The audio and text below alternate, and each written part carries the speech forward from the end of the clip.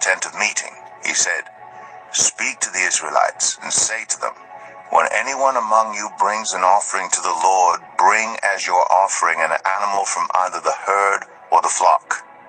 If the offering is a burnt offering from the herd, you are to offer a male without defect.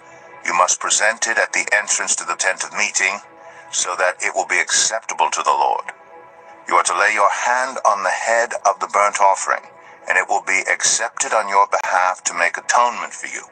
You are to slaughter the young bull before the Lord, and then Aaron's sons, the priest, shall bring the blood and splash it against the sides of the altar at the entrance to the tent of meeting. You are to skin the burnt offering and cut it into pieces. The sons of Aaron, the priests, are to put fire on the altar and arrange wood on the fire. Then Aaron's sons, the priests, shall arrange the pieces, including the head and the fat, on the wood that is burning on the altar. You are to wash the internal organs and the legs with water, and the priests burn all of it on the altar. It is a burnt offering, a food offering, an aroma pleasing to the Lord. If the offering is a burnt offering from the flock, from either the sheep or the goats, you are to offer a male without defect. You are to slaughter it on the north side of the altar before the Lord, and Aaron's sons, the priests, shall splash its blood against the sides of the altar. You are to cut it into pieces, and the priest shall arrange them, including the head and the fat, on the wood that is burning on the altar. You are to wash the internal organs and the legs with water, and the priest is to bring all of them and burn them on the altar. It is a burnt offering, a food offering, an aroma pleasing to the Lord. If the offering to the Lord is a burnt offering of birds, you are to offer a dove or a young pigeon. The priest shall bring it to the altar, wring off the head, and burn it on the altar. Its blood shall be drained out on the side of the altar. He is to remove the crop and the feathers, and throw them down east of the altar where the ashes are. He shall tear it open by the wings, not dividing it completely, and then the priest shall burn it on the wood that is burning on the altar. It is a burnt offering, a food offering, an aroma pleasing to the Lord. Leviticus 2. When anyone brings a grain offering to the Lord, their offering is to be of the finest flour. They are to pour olive oil on it, put incense on it, and take it to Aaron's sons, the priests. The priest shall take a handful of the flour and oil, together with all the incense, and burn this as a memorial portion on the altar, a food offering, an aroma pleasing to the Lord. The rest of the grain offering belongs to Aaron and his sons. It is a most holy part of the food offerings presented to the Lord. If you bring a grain offering baked in an oven, it is to consist of the finest flour, either thick loaves made without yeast and with olive oil mixed in, or thin loaves made without yeast and brushed with olive oil. If your grain offering is prepared on a griddle, it is to be made of the finest flour mixed with oil and without yeast. Crumble it and pour oil on it. It is a grain offering. If your grain offering is cooked in a pan, it is to be made of the finest flour and some olive oil. Bring the grain offering made of these things to the Lord, present it to the priest, who shall take it to the altar. He shall take out the memorial portion from the grain offering and burn it on the altar as a food offering, an aroma pleasing to the Lord. The rest of the grain offering belongs to Aaron and his sons. It is a most holy part of the food offerings presented to the Lord. Every grain offering you bring to the Lord must be made without yeast, for you are not to burn any yeast or honey in a food offering presented to the Lord. You may bring them to the Lord as an offering of the first fruits, but they are not to be offered on the altar as a pleasing aroma. Season all your grain offerings with salt.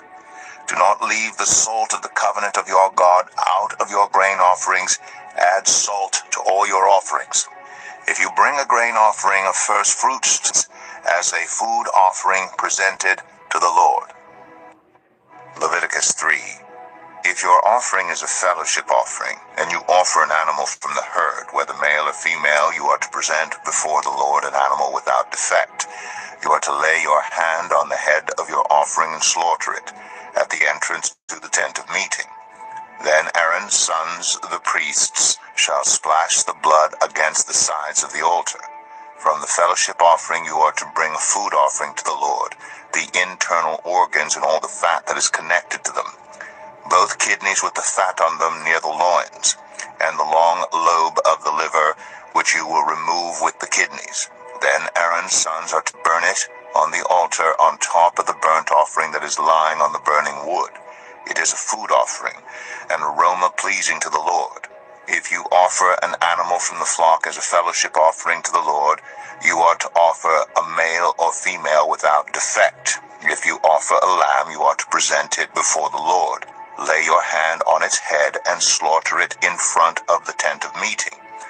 Then Aaron's sons shall splash its blood against the sides of the altar. From the fellowship offering you are to bring a food offering to the Lord, its fat, the entire fat tail cut off close to the backbone, the internal organs and all the fat that is connected to them, both kidneys with the fat on them near the loins, and the long lobe of the liver, which you will remove with the kidneys. The priest shall burn them on the altar as a food offering presented to the Lord. If your offering is a goat, you are to present it before the Lord. Lay your hand on its head and slaughter it in front of the tent of meeting. Then Aaron's sons shall splash its blood against the sides of the altar. From what you offer, you are to present this food offering to the Lord, the internal organs and all the fat that is connected to them, both kidneys with the fat on them near the loins, and the long lobe of the liver, which you will remove with the kidneys. The priest shall burn them on the altar as a food offering, a pleasing aroma. All the fat is the Lord's. This is a lasting ordinance for the generations to come. Wherever you live, you must not eat any fat or any blood. Leviticus 4. The Lord said to Moses, "Say to the Israelites, when anyone sins unintentionally and does what is forbidden in any of the Lord's commands, if the anointed priest sins, bringing guilt on the people, he must bring to the Lord a young bull without defect as a sin offering for the sin he has committed. He is to present the bull at the entrance to the tent of meeting before the Lord. He is to lay his hand on its head and slaughter it there before the Lord.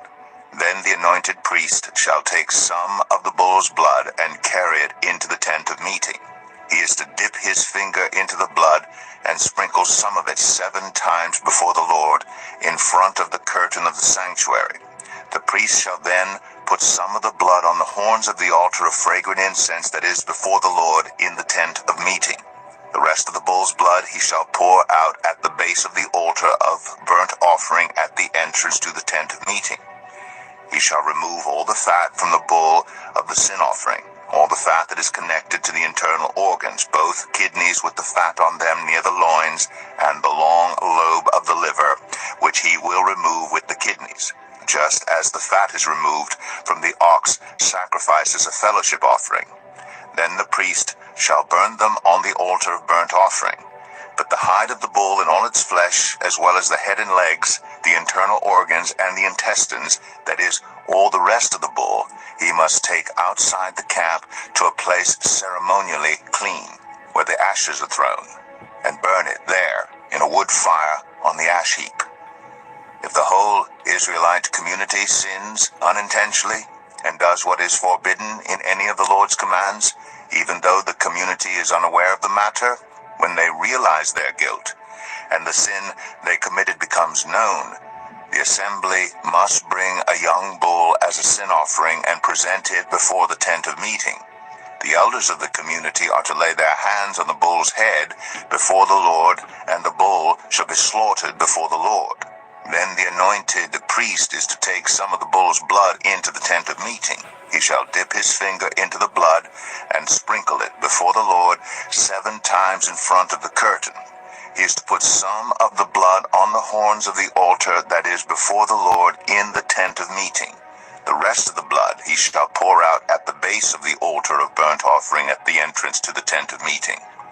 He shall remove all the fat from it and burn it on the altar, and do with this bull just as he did with the bull for the sin offering. In this way, the priest will make atonement for the community, and they will be forgiven. Then he shall take the bull outside the camp and burn it as he burned the first bull. This is the sin offering for the community. When a leader sins unintentionally and does what is forbidden in any of the commands of the Lord his God, when he realizes his guilt and the sin he has committed becomes known, he must bring as his offering a male goat without defect. He is to lay his hand on the goat's head and slaughter it at the place where the burnt offering is slaughtered before the Lord. It is a sin offering. Then the priest shall take some of the blood of the sin offering with his finger and put it on the horns of the altar of burnt offering and pour out the rest of the blood at the base of the altar. He shall burn all the fat on the altar as he burned the fat of the fellowship offering. In this way the priest will make atonement for the leader's sin, and he will be forgiven. If any member of the community sins unintentionally and does what is forbidden in any of the Lord's commands, when they realize their guilt and the sin they have committed becomes known, they must bring as their offering for the sin they committed a female goat without defect. They are to lay their hand on the head of the sin offering and slaughter it at the place of the burnt offering. Then the priest is to take some of the blood with his finger and put it on the horns of the altar of burnt offering and pour out the rest of the blood at the base of the altar. They shall remove all the fat, just as the fat is removed from the fellowship offering, and the priest shall burn it on the altar as an aroma pleasing to the Lord. In this way the priest will make atonement for them, and they will be forgiven. If someone brings a lamb as their sin offering, they are to bring a female without defect. They are to lay their hand on its head and slaughter it for a sin offering at the place where the burnt offering is slaughtered. Then the priest shall take some of the blood of the sin offering with his finger and put it on the horns of the altar of burnt offering and pour out the rest of the blood at the base of the altar. They shall remove all the fat, just as the fat is removed from the lamb of the fellowship offering, and the priest shall burn it on the altar on top of the food offerings presented to the Lord. In this way the priest shall make atonement for them for the sin they have committed, and they will be forgiven. Leviticus 5. If anyone sins because they do not speak up when they hear a public charge to testify regarding something they have seen or learned about, they will be held responsible. If anyone becomes aware that they are guilty, if they unwittingly touch anything ceremonially unclean, whether the carcass of an unclean animal, wild or domestic, or of any unclean creature that moves along the ground, and they are unaware that they have become unclean, but then they come to realize their guilt, or if they touch human uncleanness, anything that would make them unclean, even though they are unaware of it, but then they learn of it and realize their guilt, or if anyone thoughtlessly takes an oath to do anything, whether good or evil, in any matter one might carelessly swear about, even though they are unaware of it, but then they learn of it and realize their guilt. When anyone becomes aware that they are guilty in any of these matters, they must confess in what way they have sinned. As a penalty for the sin they have committed, they must bring to the Lord a female lamb or goat from the flock as a sin offering, and the priest shall make atonement for them for their sin. Anyone who cannot afford a lamb is to bring 2 doves or 2 young pigeons to the Lord as a penalty for their sin, one for a sin offering and the other for a burnt offering. They are to bring them to the priest, who shall first offer the one for the sin offering.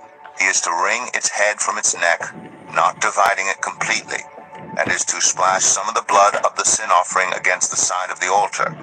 The rest of the blood must be drained out at the base of the altar. It is a sin offering.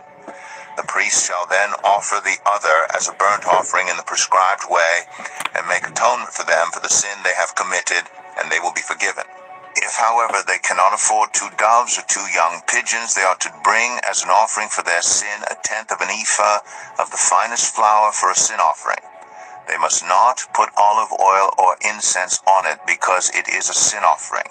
They are to bring it to the priest, who shall take a handful of it as a memorial portion and burn it on the altar on top of the food offerings presented to the Lord. It is a sin offering. In this way the priest will make atonement for them for any of these sins they have committed, and they will be forgiven. The rest of the offering will belong to the priest, as in the case of the grain offering.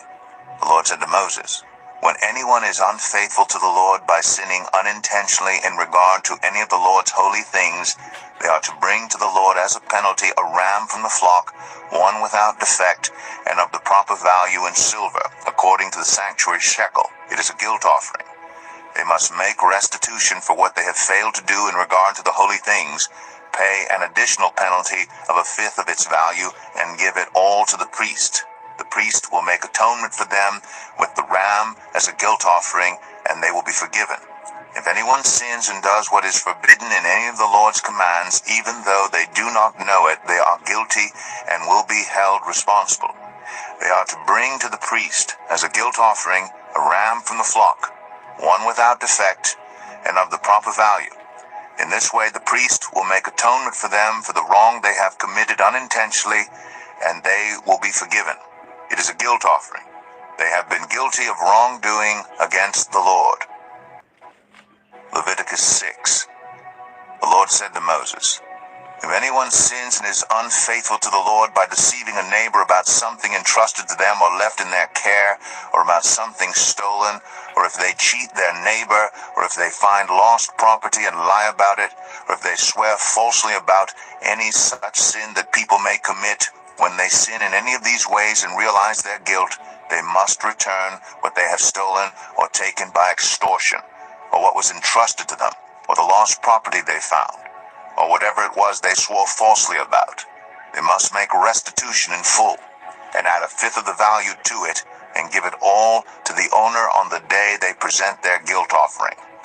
And as a penalty, they must bring to the priest, that is to the Lord, their guilt offering, a ram from the flock, one without defect, and of the proper value.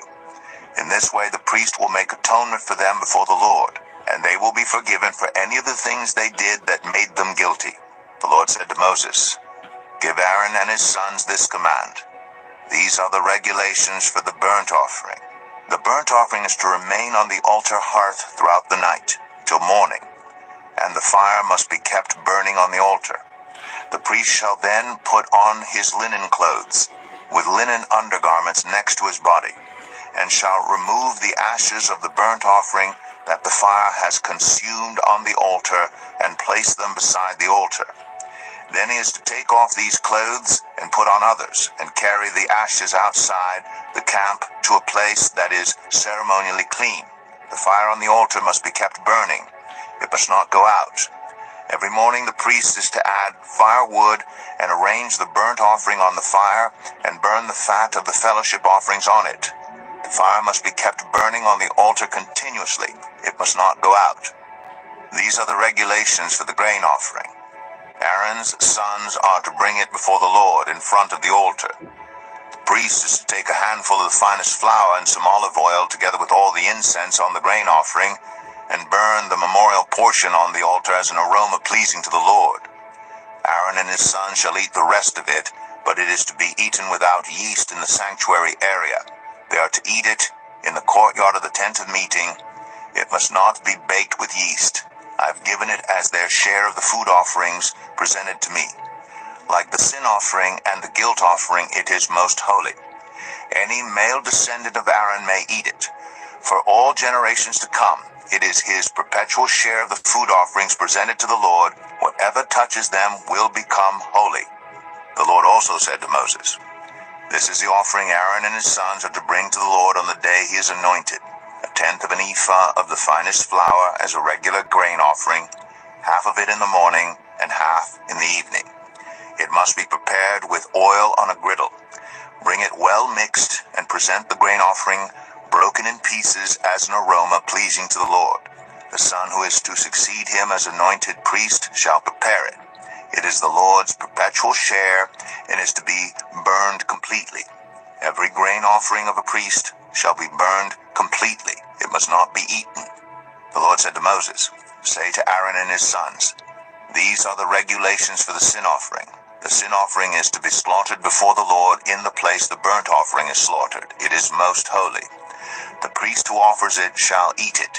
It is to be eaten in the sanctuary area, in the courtyard of the tent of meeting. Whatever touches any of the flesh will become holy, and if any of the blood is spattered on a garment, you must wash it in the sanctuary area.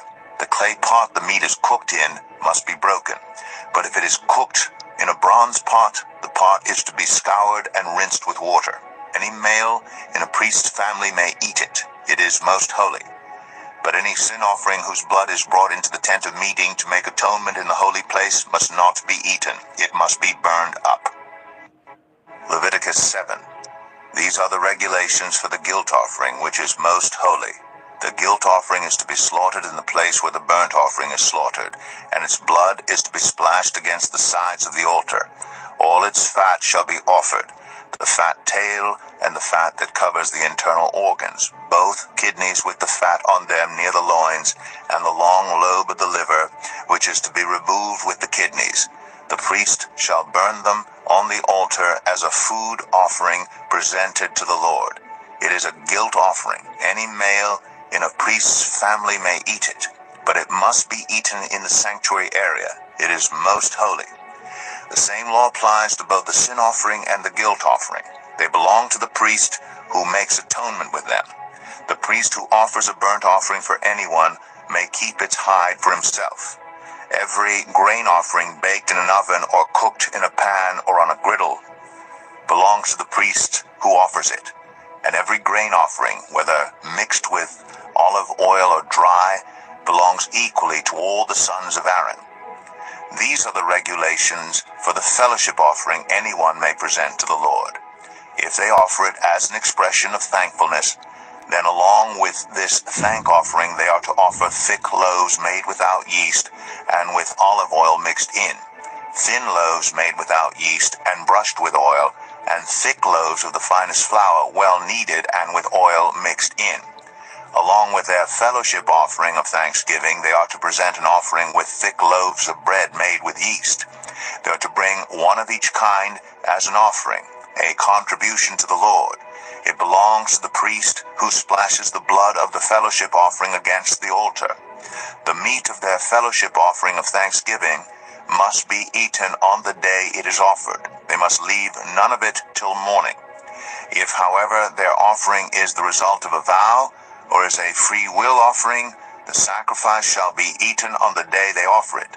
But anything left over may be eaten on the next day. Any meat of the sacrifice left over till the third day must be burned up. If any meat of the fellowship offering is eaten on the third day, the one who offered it will not be accepted. It will not be reckoned to their credit, for it has become impure. The person who eats any of it will be held responsible. Meat that touches anything ceremonially unclean must not be eaten. It must be burned up. As for other meat, anyone ceremonially clean may eat it.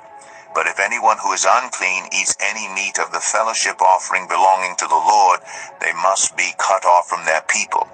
Anyone who touches something unclean, whether human uncleanness or an unclean animal or any unclean creature that moves along the ground, and then eats any of the meat of the fellowship offering belonging to the Lord, must be cut off from their people. The Lord said to Moses, "Say to the Israelites, do not eat any of the fat of cattle, sheep, or goats. The fat of an animal found dead or torn by wild animals may be used for any other purpose, but you must not eat it. Anyone who eats the fat of an animal from which a food offering may be presented to the Lord must be cut off from their people. And wherever you live, you must not eat the blood of any bird or animal. Anyone who eats blood must be cut off from their people." The Lord said to Moses, "Say to the Israelites, anyone who brings a fellowship offering to the Lord is to bring part of it as their sacrifice to the Lord. With their own hands they are to present the food offering to the Lord. They are to bring the fat together with the breast and wave the breast before the Lord as a wave offering. The priest shall burn the fat on the altar, but the breast belongs to Aaron and his sons. You are to give the right thigh of your fellowship offerings to the priest as a contribution. The son of Aaron who offers the blood and the fat of the fellowship offering shall have the right thigh as his share. From the fellowship offerings of the Israelites I have taken the breast that is waved and the thigh that is presented, and have given them to Aaron the priest and his sons as their perpetual share from the Israelites. This is the portion of the food offerings presented to the Lord that were allotted to Aaron and his sons on the day they were presented to serve the Lord as priests. On the day they were anointed, the Lord commanded that the Israelites give this to them as their perpetual share for the generations to come.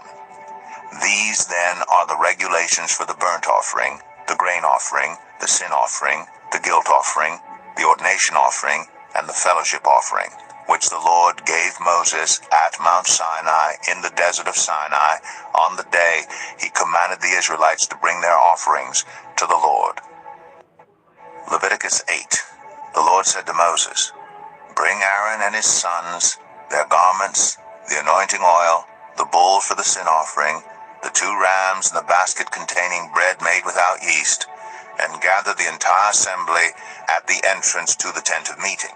Moses did as the Lord commanded him, and the assembly gathered at the entrance to the tent of meeting. Moses said to the assembly, "This is what the Lord has commanded to be done." Then Moses brought Aaron and his sons forward and washed them with water. He put the tunic on Aaron, tied the sash around him, clothed him with the robe, and put the ephod on him. He also fastened the ephod with a decorative waistband, which he tied around him. He placed the breastpiece on him and put the Urim and the Thummim in the breastpiece.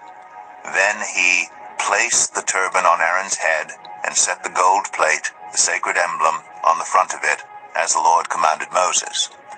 Then Moses took the anointing oil and anointed the tabernacle and everything in it, and so consecrated them. He sprinkled some of the oil on the altar 7 times, anointing the altar and all its utensils and the basin with its stand to consecrate them. He poured some of the anointing oil on Aaron's head and anointed him to consecrate him. Then he brought Aaron's sons forward, put tunics on them, tied sashes around them, and fastened caps on them as the Lord commanded Moses. He then presented the bull for the sin offering, and Aaron and his sons laid their hands on its head.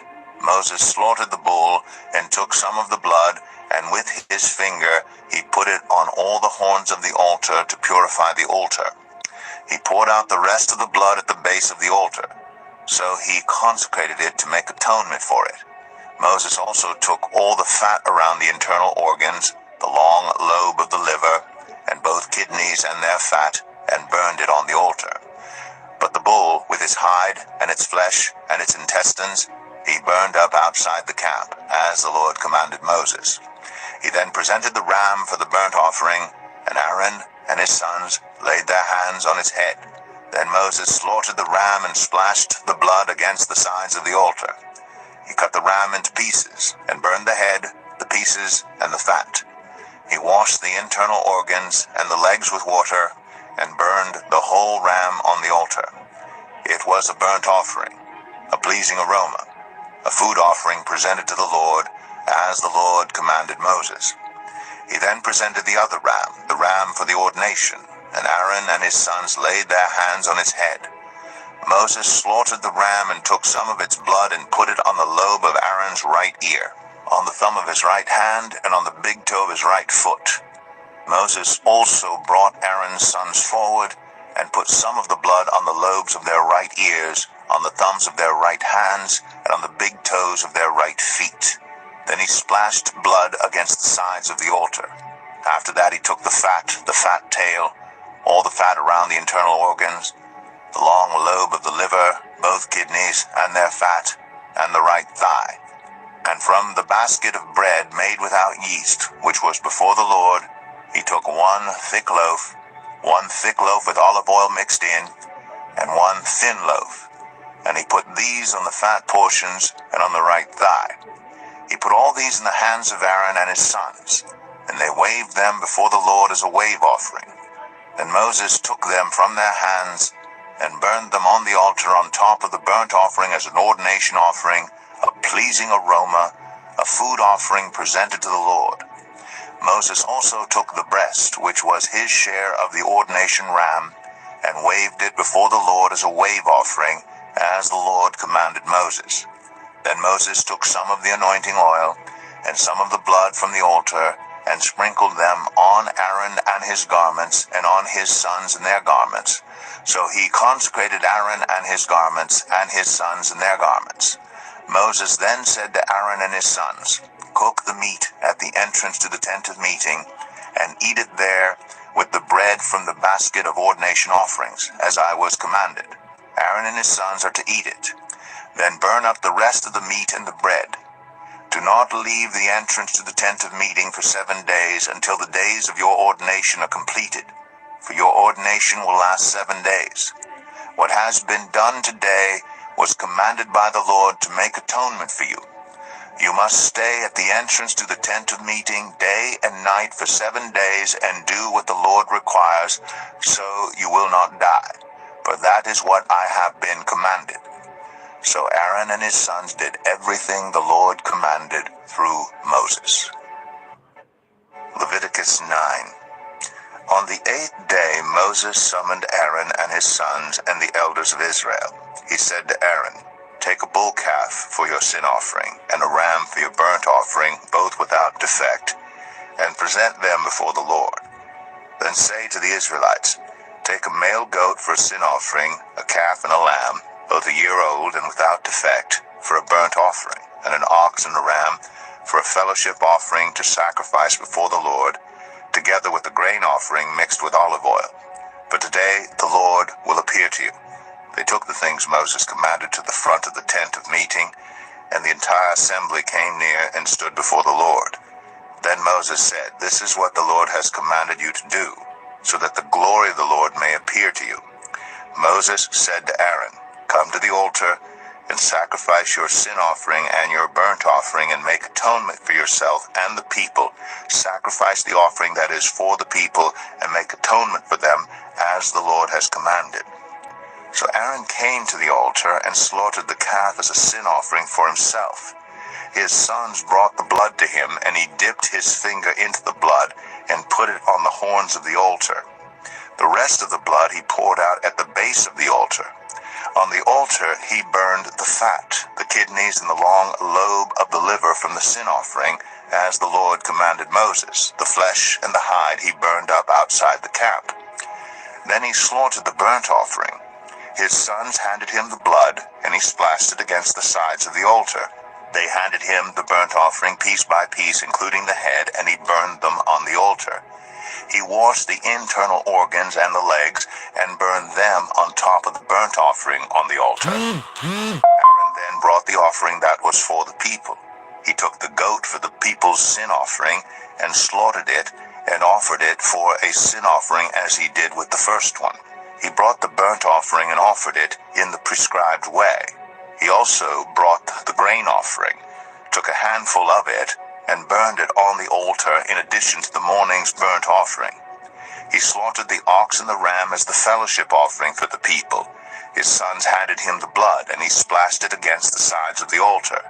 But the fat portions of the ox and the ram, the fat tail, the layer of fat, the kidneys, and the long lobe of the liver, these they laid on the breasts, and then Aaron burned the fat on the altar. Aaron waved the breasts and the right thigh before the Lord as a wave offering, as Moses commanded. Then Aaron lifted his hands toward the people and blessed them. And having sacrificed the sin offering, the burnt offering, and the fellowship offering, he stepped down. Moses and Aaron then went into the tent of meeting. When they came out, they blessed the people. And the glory of the Lord appeared to all the people. Fire came out from the presence of the Lord and consumed the burnt offering and the fat portions on the altar.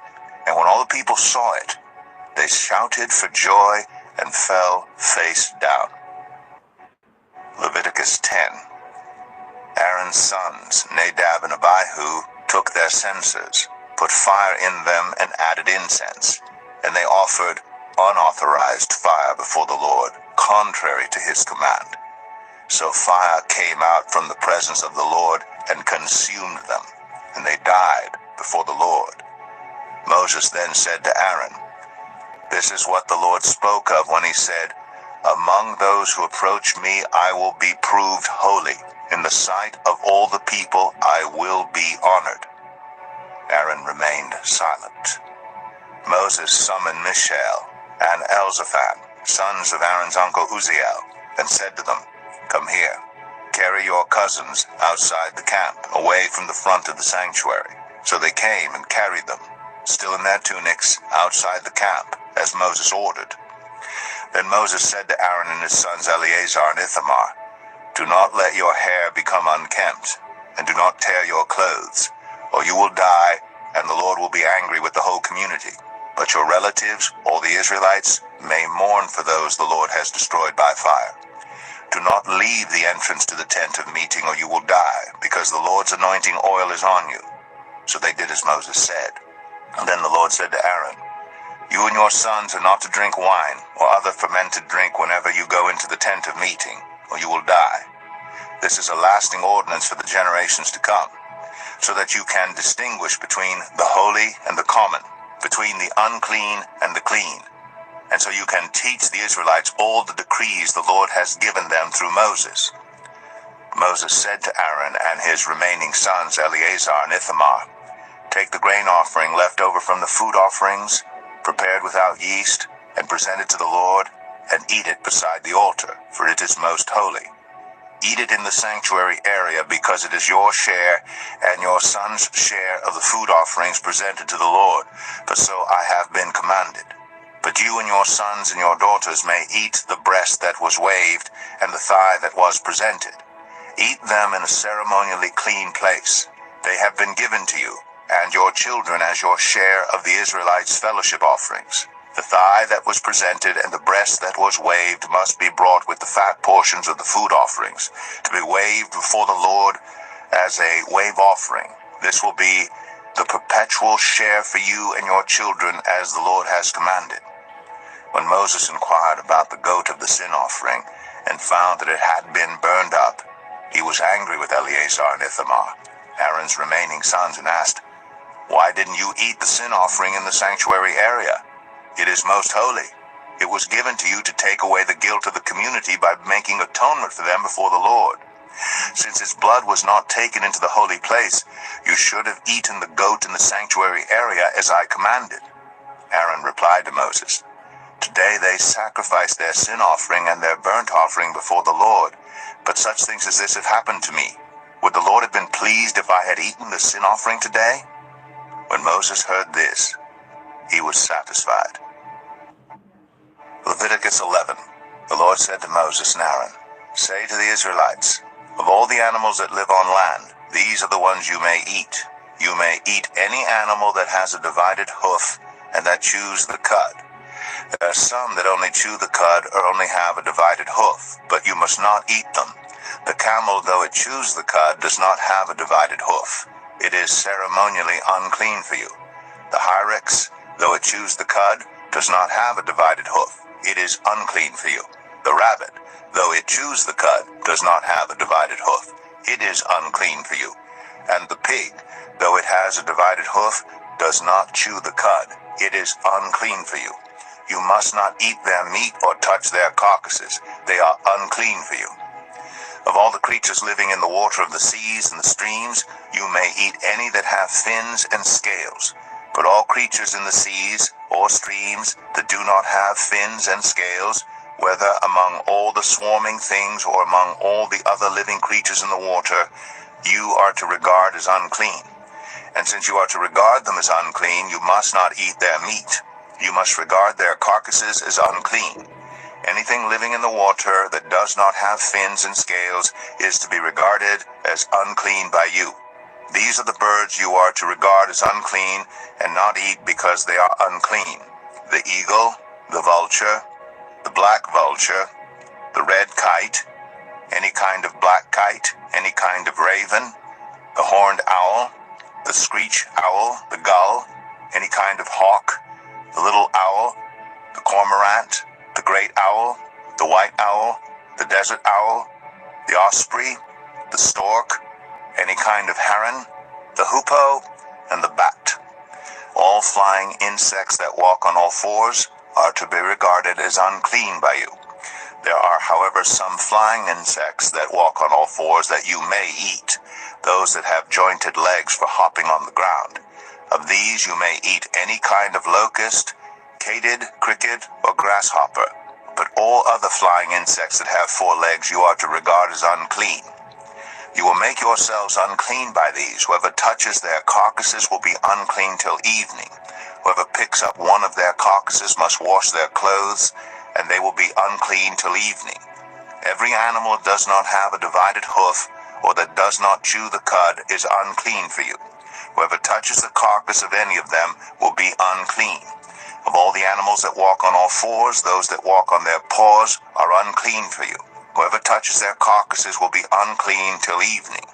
Anyone who picks up their carcasses must wash their clothes, and they will be unclean till evening. These animals are unclean for you. Of the animals that move along the ground, these are unclean for you: the weasel, the rat, any kind of great lizard, the gecko, the monitor lizard, the wall lizard, the skink, and the chameleon. Of all those that move along the ground, these are unclean for you. Whoever touches them, when they are dead, will be unclean till evening. When one of them dies and falls on something, that article, whatever its use, will be unclean, whether it is made of wood, cloth, hide, or sackcloth. Put it in water. It will be unclean till evening, and then it will be clean. If one of them falls into a clay pot, everything in it will be unclean, and you must break the pot. Any food you are allowed to eat that has come into contact with water from any such pot is unclean, and any liquid that is drunk from such a pot is unclean. Anything that one of their carcasses falls on becomes unclean. An oven or cooking pot must be broken up. They are unclean, and you are to regard them as unclean. A spring, however, or a cistern for collecting water remains clean, but anyone who touches one of these carcasses is unclean. If a carcass falls on any seeds that are to be planted, they remain clean. But if water has been put on the seed and a carcass falls on it, it is unclean for you. If an animal that you are allowed to eat dies, anyone who touches its carcass will be unclean till evening. Anyone who eats some of its carcass must wash their clothes, and they will be unclean till evening.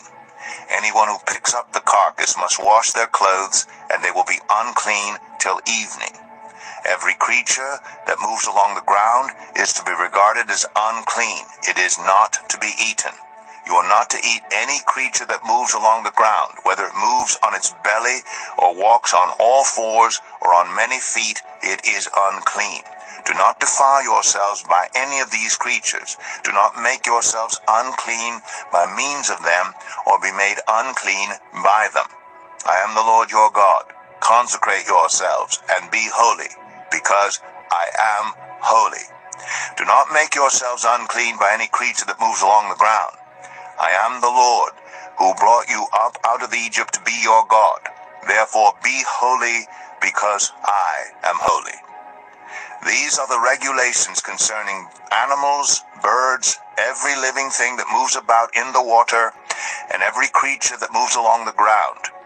You must distinguish between the unclean and the clean, between living creatures that may be eaten and those that may not be eaten.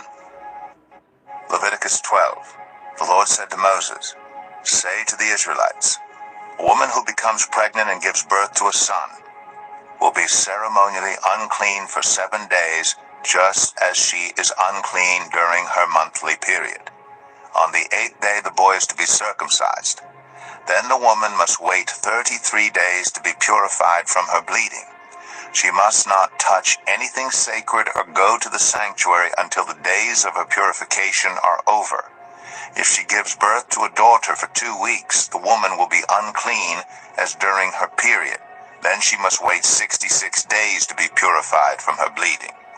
When the days of her purification for a son or daughter are over, she is to bring to the priest at the entrance to the tent of meeting a year-old lamb for a burnt offering and a young pigeon or a dove for a sin offering.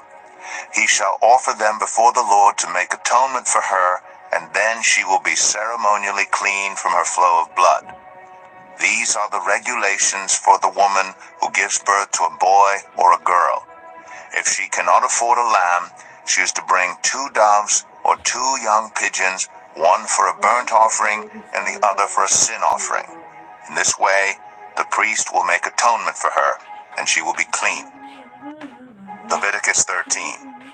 The Lord said to Moses and Aaron, When anyone has a swelling or a rash or a shiny spot on their skin that may be a defiling skin disease, they must be brought to Aaron the priest or to one of his sons who is a priest. The priest is to examine the sore on the skin, and if the hair on the sore has turned white, and the sore appears to be more than skin deep, it is a defiling skin disease. When the priest examines that person, he shall pronounce them ceremonially unclean. If the shiny spot on the skin is white, but does not appear to be more than skin deep, and the hair in it has not turned white, the priest is to isolate the affected person for 7 days.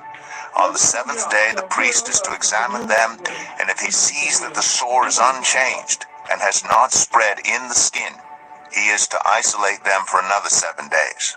On the 7th day, the priest is to examine them again, and if the sore has faded and has not spread in the skin, the priest shall pronounce them clean. It is only a rash. They must wash their clothes, and they will be clean.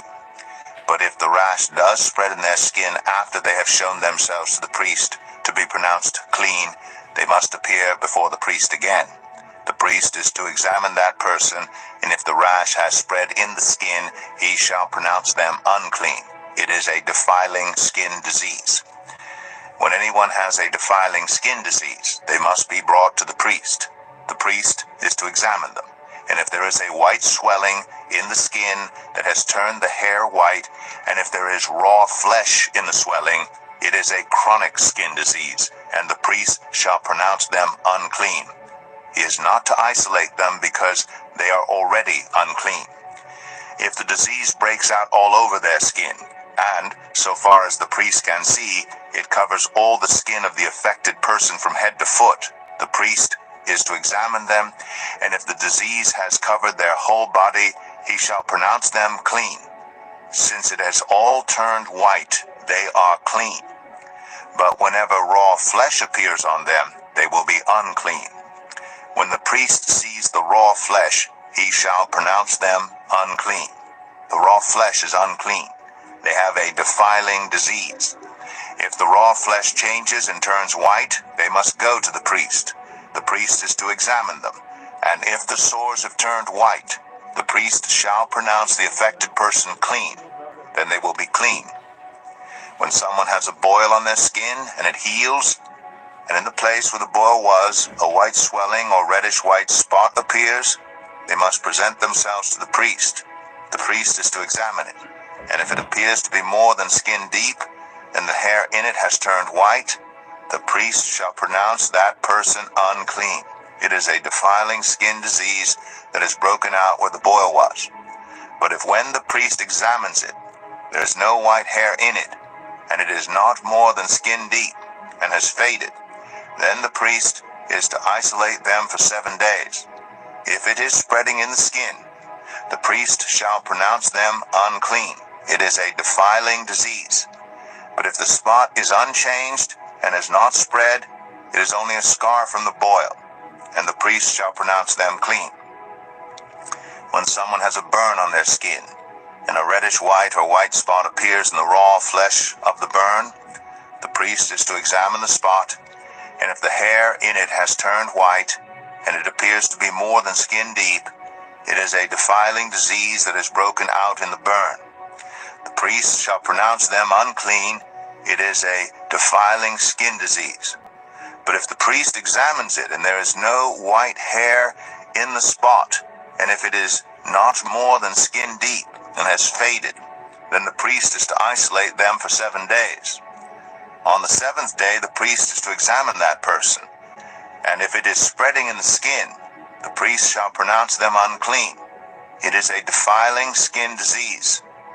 If, however, the spot is unchanged and has not spread in the skin but has faded, it is a swelling from the burn, and the priest shall pronounce them clean. It is only a scar from the burn. If a man or woman has a sore on their head or chin, the priest is to examine the sore, and if it appears to be more than skin deep, and the hair in it is yellow and thin, the priest shall pronounce them unclean. It is a defiling skin disease on the head or chin. But if when the priest examines the sore, it does not seem to be more than skin deep, and there is no black hair in it, then the priest is to isolate the affected person for 7 days. On the 7th day, the priest is to examine the sore, and if it has not spread and there is no yellow hair in it, and it does not appear to be more than skin deep, then the man or woman must shave themselves except for the affected area, and the priest is to keep them isolated another 7 days. On the 7th day, the priest is to examine the sore, and if it has not spread in the skin and appears to be no more than skin deep, the priest shall pronounce them clean. They must wash their clothes, and they will be clean. But if the sore does spread in the skin after they are pronounced clean, the priest is to examine them. And if he finds that the sore has spread in the skin, he does not need to look for yellow hair. They are unclean. If, however, the sore is unchanged, so far as the priest can see, and if black hair has not grown in it, the affected person is healed. They are clean, and the priest shall pronounce them clean. When a man or woman has white spots on the skin, the priest is to examine them. And if the spots are dull white, it is a harmless rash that has broken out on the skin. They are clean. A man who has lost his hair and is bald is clean. If he has lost his hair from the front of his scalp and has a bald forehead, he is clean. But if he has a reddish-white sore on his bald head or forehead, it is a defiling disease breaking out on his head or forehead. The priest is to examine him. And if the swollen sore on his head or forehead is reddish-white, like a defiling skin disease, the man is diseased and is unclean. The priest shall pronounce him unclean because of the sore on his head. Anyone with such a defiling disease must wear torn clothes. Let their hair be unkempt, cover the lower part of their face, and cry out, "Unclean, unclean." As long as they have the disease, they remain unclean. They must live alone. They must live outside the camp. As for any fabric that is spoiled with a defiling mold, any woolen or linen clothing, any woven or knitted material of linen or wool, any leather, or anything made of leather, if the affected area in the fabric, the leather, the woven or knitted material, or any leather article is greenish or reddish, it is a defiling mold and must be shown to the priest. The priest is to examine the affected area and isolate the article for 7 days. On the 7th day he is to examine it, and if the mold has spread in the fabric, the woven or knitted material, or the leather, whatever its use, it is a persistent defiling mold. The article is unclean. He must burn the fabric, the woven or knitted material of wool or linen, or any leather article that has been spoiled, because the defiling mold is persistent. The article must be burned.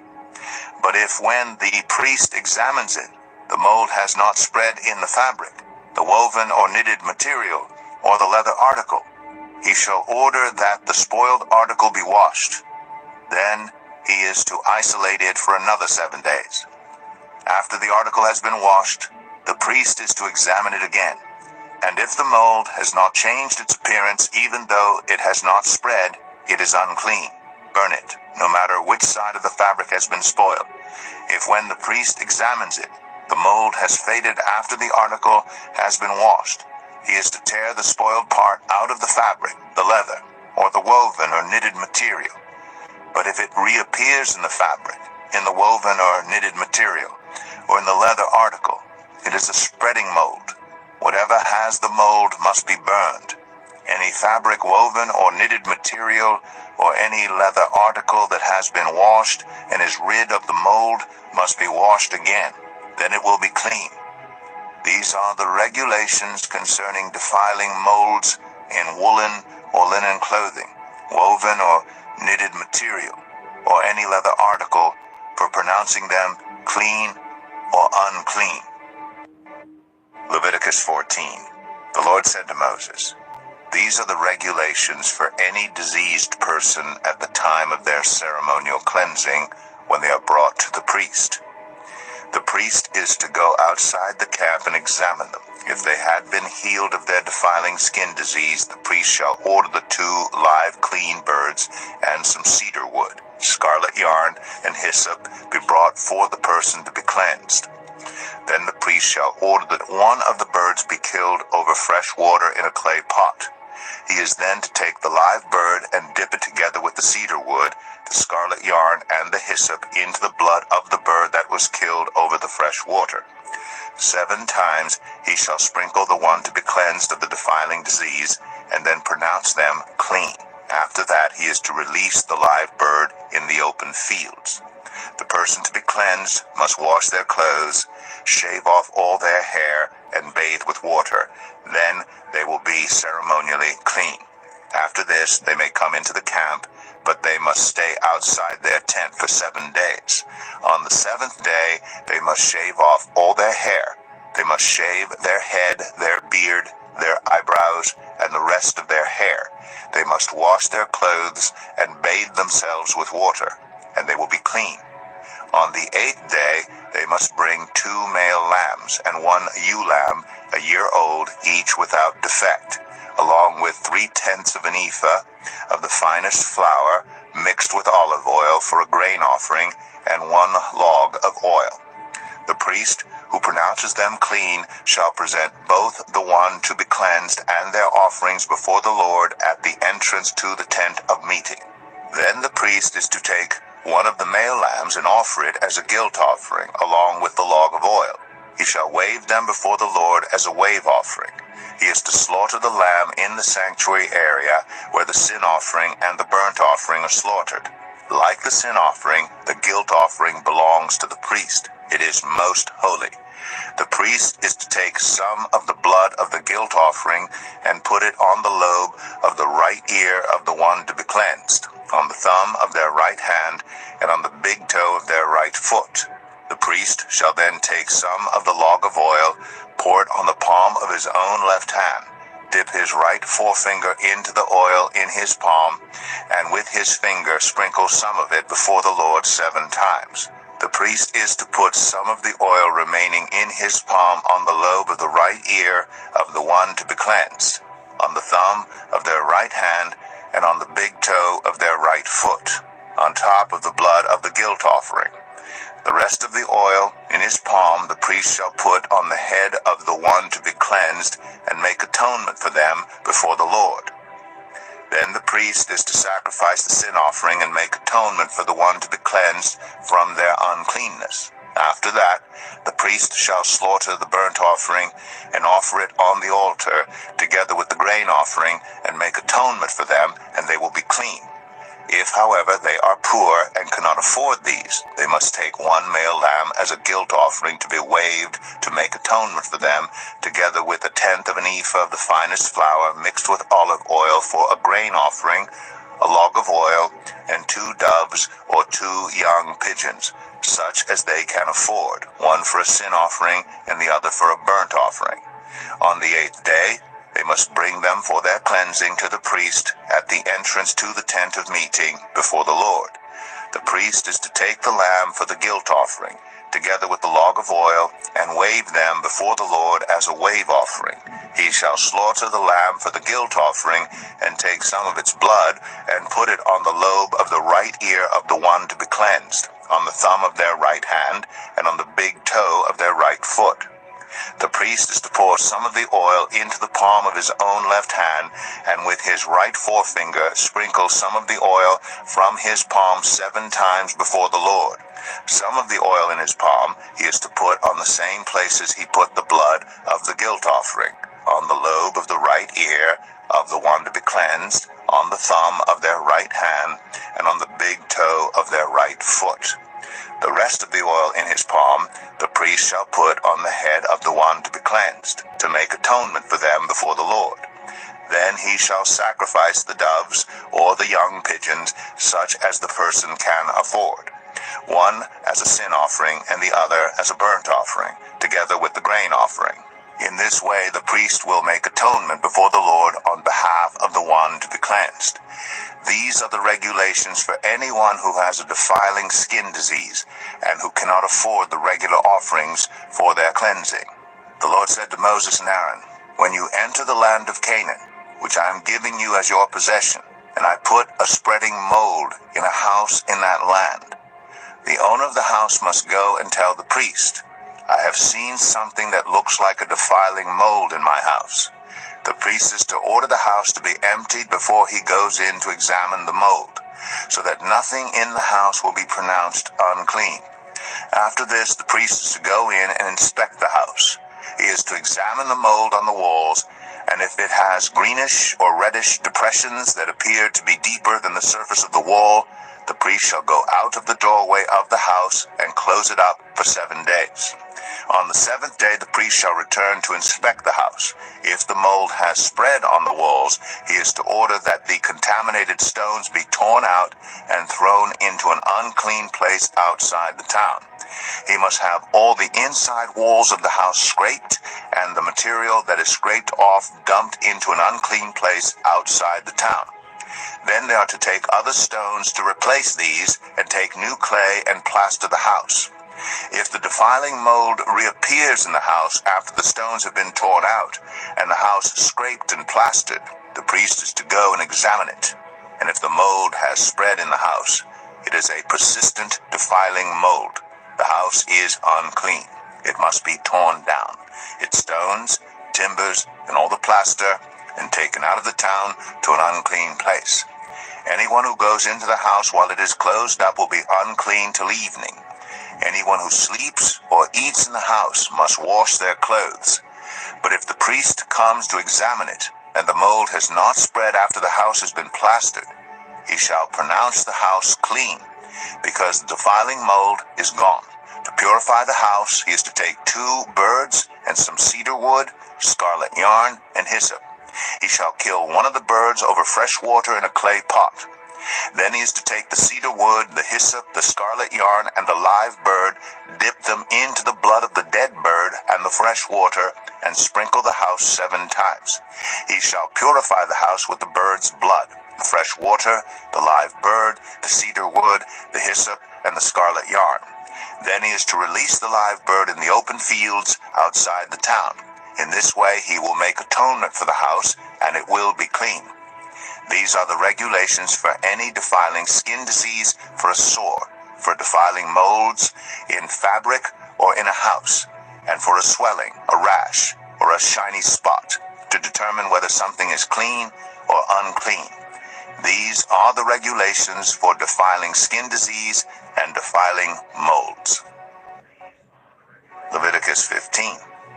The Lord said to Moses and Aaron, "Speak to the Israelites and say to them, when any man has an unusual bodily discharge, such a discharge is unclean. Whether it continues flowing from his body or is blocked, it will make him unclean. This is how his discharge will bring about uncleanness. Any bed the man with a discharge lies on will be unclean, and anything he sits on will be unclean. Anyone who touches his bed must wash their clothes and bathe with water, and they will be unclean till evening. Whoever sits on anything that the man with a discharge sat on must wash their clothes and bathe with water, and they will be unclean till evening. Whoever touches the man who has a discharge must wash their clothes and bathe with water, and they will be unclean till evening. If the man with the discharge spits on anyone who is clean, they must wash their clothes and bathe with water, and they will be unclean till evening. Everything the man sits on when riding will be unclean, and whoever touches any of the things that were under him will be unclean till evening. Whoever picks up those things must wash their clothes and bathe with water, and they will be unclean till evening. Anyone the man with the discharge touches, without rinsing his hands with water, must wash their clothes and bathe with water, and they will be unclean till evening. A clay pot that the man touches must be broken, and any wooden article is to be rinsed with water. When a man is cleansed from his discharge, he is to count off 7 days for his ceremonial cleansing. He must wash his clothes and bathe himself with fresh water, and he will be clean. On the 8th day, he must take 2 doves or 2 young pigeons and come before the Lord to the entrance to the tent of meeting and give them to the priest. The priest is to sacrifice them, the one for sin offering and the other for a burnt offering. In this way he will make atonement before the Lord for the man because of his discharge. When a man has an emission of semen, He must bathe his whole body with water, and he will be unclean till evening. Any clothing or leather that has semen on it must be washed with water, and it will be unclean till evening. When a man has sexual relations with a woman, and there is an emission of semen, both of them must bathe with water, and they will be unclean till evening. When a woman has her regular flow of blood, the impurity of her monthly period will last 7 days, and anyone who touches her will be unclean till evening. Anything she lies on during her period will be unclean, and anything she sits on will be unclean. Anyone who touches her bed will be unclean. They must wash their clothes and bathe with water, and they will be unclean till evening. Anyone who touches anything she sits on will be unclean. They must wash their clothes and bathe with water, and they will be unclean till evening. Whether it is the bed or anything she was sitting on, when anyone touches it, they will be unclean till evening. If a man has sexual relations with her, and her monthly flow touches him, he will be unclean for 7 days. Any bed he lies on will be unclean. When a woman has a discharge of blood for many days at a time other than her monthly period, or has a discharge that continues beyond her period, she will be unclean as long as she has the discharge, just as in the days of her period. Any bed she lies on while her discharge continues will be unclean, as is her bed during her monthly period. And anything she sits on will be unclean as during her period. Anyone who touches them will be unclean. They must wash their clothes and bathe with water, and they will be unclean till evening. When she is cleansed from her discharge, she must count off 7 days, and after that she will be ceremonially clean. On the 8th day, she must take 2 doves or 2 young pigeons and bring them to the priest at the entrance to the tent of meeting. The priest is to sacrifice one for a sin offering and the other for a burnt offering. In this way, he will make atonement for her before the Lord for the uncleanness of her discharge. You must keep the Israelites separate from the things that make them unclean, so they will not die in their uncleanness for defiling my dwelling place which is among them. These are the regulations for a man with a discharge, for anyone made unclean by an emission of semen, for a woman in her monthly period, for a man or a woman with a discharge, and for a man who has sexual relations with a woman who is ceremonially unclean. Leviticus 16. The Lord spoke to Moses after the death of the 2 sons of Aaron who died when they approached the Lord. The Lord said to Moses, "Tell your brother Aaron that he is not to come whenever he chooses into the most holy place behind the curtain in front of the atonement cover on the ark, or else he will die. For I will appear in the cloud over the atonement cover. This is how Aaron is to enter the most holy place. He must first bring a young bull for a sin offering and a ram for a burnt offering. He is to put on the sacred linen tunic, with linen undergarments next to his body. He is to tie the linen sash around him and put on the linen turban. These are sacred garments, so he must bathe himself with water before he puts them on. From the Israelite community, he is to take 2 male goats for a sin offering and a ram for a burnt offering. Aaron is to offer the bull for his own sin offering to make atonement for himself and his household. Then he is to take the 2 goats and present them before the Lord at the entrance to the tent of meeting. He is to cast lots for the 2 goats, 1 lot for the Lord and the other for the scapegoat. Aaron shall bring the goat whose lot falls to the Lord and sacrifice it for a sin offering. But the goat chosen by lot as the scapegoat shall be presented alive before the Lord to be used for making atonement by sending it into the wilderness as a scapegoat. Aaron shall bring the bull for his own sin offering to make atonement for himself and his household. And he is to slaughter the bull for his own sin offering. He is to take a censer full of burning coals from the altar before the Lord, and 2 handfuls of finely ground fragrant incense, and take them behind the curtain.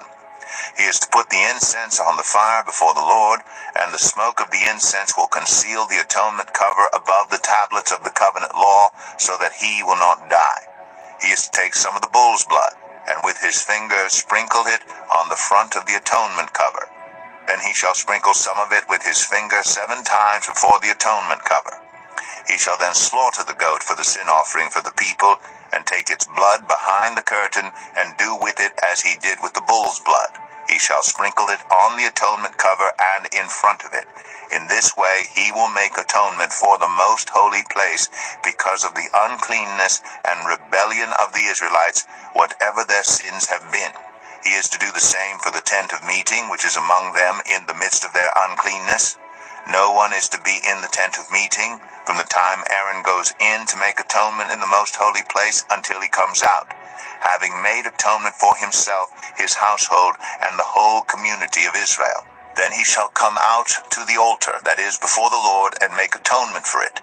He shall take some of the bull's blood and some of the goat's blood, and put it on all the horns of the altar. He shall sprinkle some of the blood on it with his finger 7 times to cleanse it and to consecrate it from the uncleanness of the Israelites.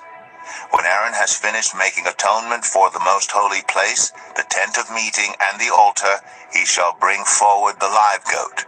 He is to lay both hands on the head of the live goat and confess over it all the wickedness and rebellion of the Israelites, all their sins, and put them on the goat's head. He shall send the goat away into the wilderness in the care of someone appointed for the task. The goat will carry on itself all their sins to a remote place, and the man shall release it in the wilderness. Then Aaron is to go into the tent of meeting, and take off the linen garments he put on before he entered the most holy place, and is to leave them there. He shall bathe himself with water in the sanctuary area, and put on his regular garments.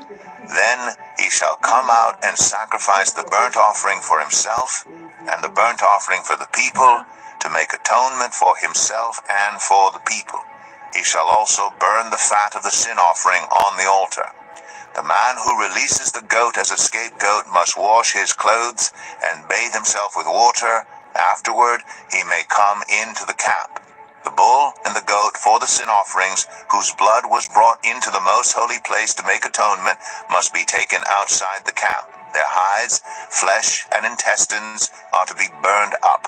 The man who burns them must wash his clothes and bathe himself with water. Afterward he may come into the camp. This is to be a lasting ordinance for you. On the 10th day of the 7th month you must deny yourselves and not do any work, whether native-born or a foreigner residing among you, because on this day atonement will be made for you, to cleanse you.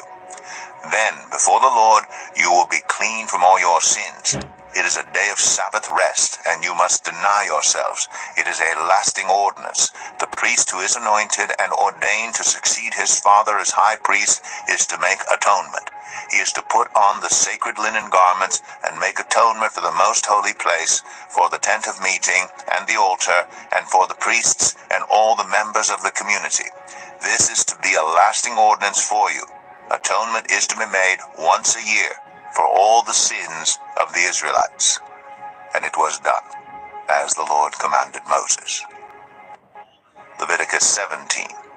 The Lord said to Moses, "Speak to Aaron and his sons, and to all the Israelites, and say to them, This is what the Lord has commanded. Any Israelite who sacrifices an ox, a lamb, or a goat in the camp or outside of it, instead of bringing it to the entrance to the tent of meeting, to present it as an offering to the Lord in front of the tabernacle of the Lord, that person shall be considered guilty of bloodshed. They have shed blood and must be cut off from their people. This is so the Israelites will bring to the Lord the sacrifices they are now making in the open fields. They must bring them to the priest, that is, to the Lord, at the entrance to the tent of meeting, and sacrifice them as fellowship offerings. The priest is to splash the blood against the altar of the Lord at the entrance to the tent of meeting, and burn the fat as an aroma pleasing to the Lord. They must no longer offer any of their sacrifices to the goat idols, to whom they prostitute themselves. This is to be a lasting ordinance for them, and for the generations to come. Say to them, Any Israelite or any foreigner residing among them who offers a burnt offering or sacrifice and does not bring it to the entrance to the tent of meeting, to sacrifice it to the Lord, must be cut off from the people of Israel. I will set my face against any Israelite or any foreigner residing among them who eats blood, and I will cut them off from the people.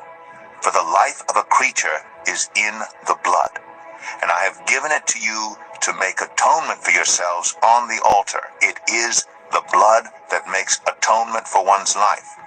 Therefore I say to the Israelites, none of you may eat blood, nor may any foreigner residing among you eat blood.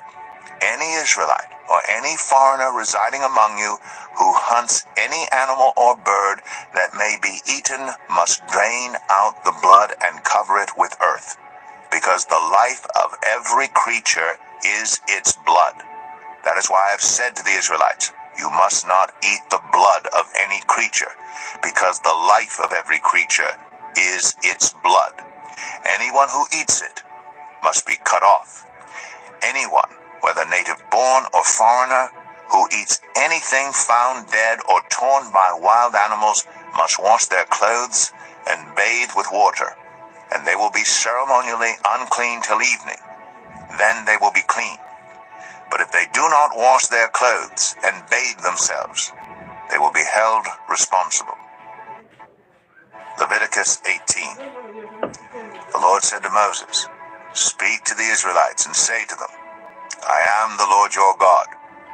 You must not do as they do in Egypt, where you used to live, and you must not do as they do in the land of Canaan, where I am bringing you. Do not follow their practices. You must obey my laws and be careful to follow my decrees. I am the Lord your God. Keep my decrees and laws, for the person who obeys them will live by them. I am the Lord. No one is to approach any close relative to have sexual relations. I am the Lord. Do not dishonor your father by having sexual relations with your mother. She is your mother. Do not have relations with her.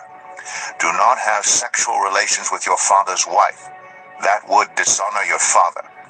Do not have sexual relations with your sister, either your father's daughter or your mother's daughter, whether she was born in the same home or elsewhere. Do not have sexual relations with your son's daughter or your daughter's daughter. That would dishonor you.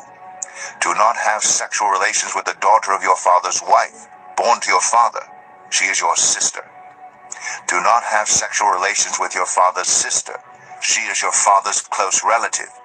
Do not have sexual relations with your mother's sister, because she is your mother's close relative.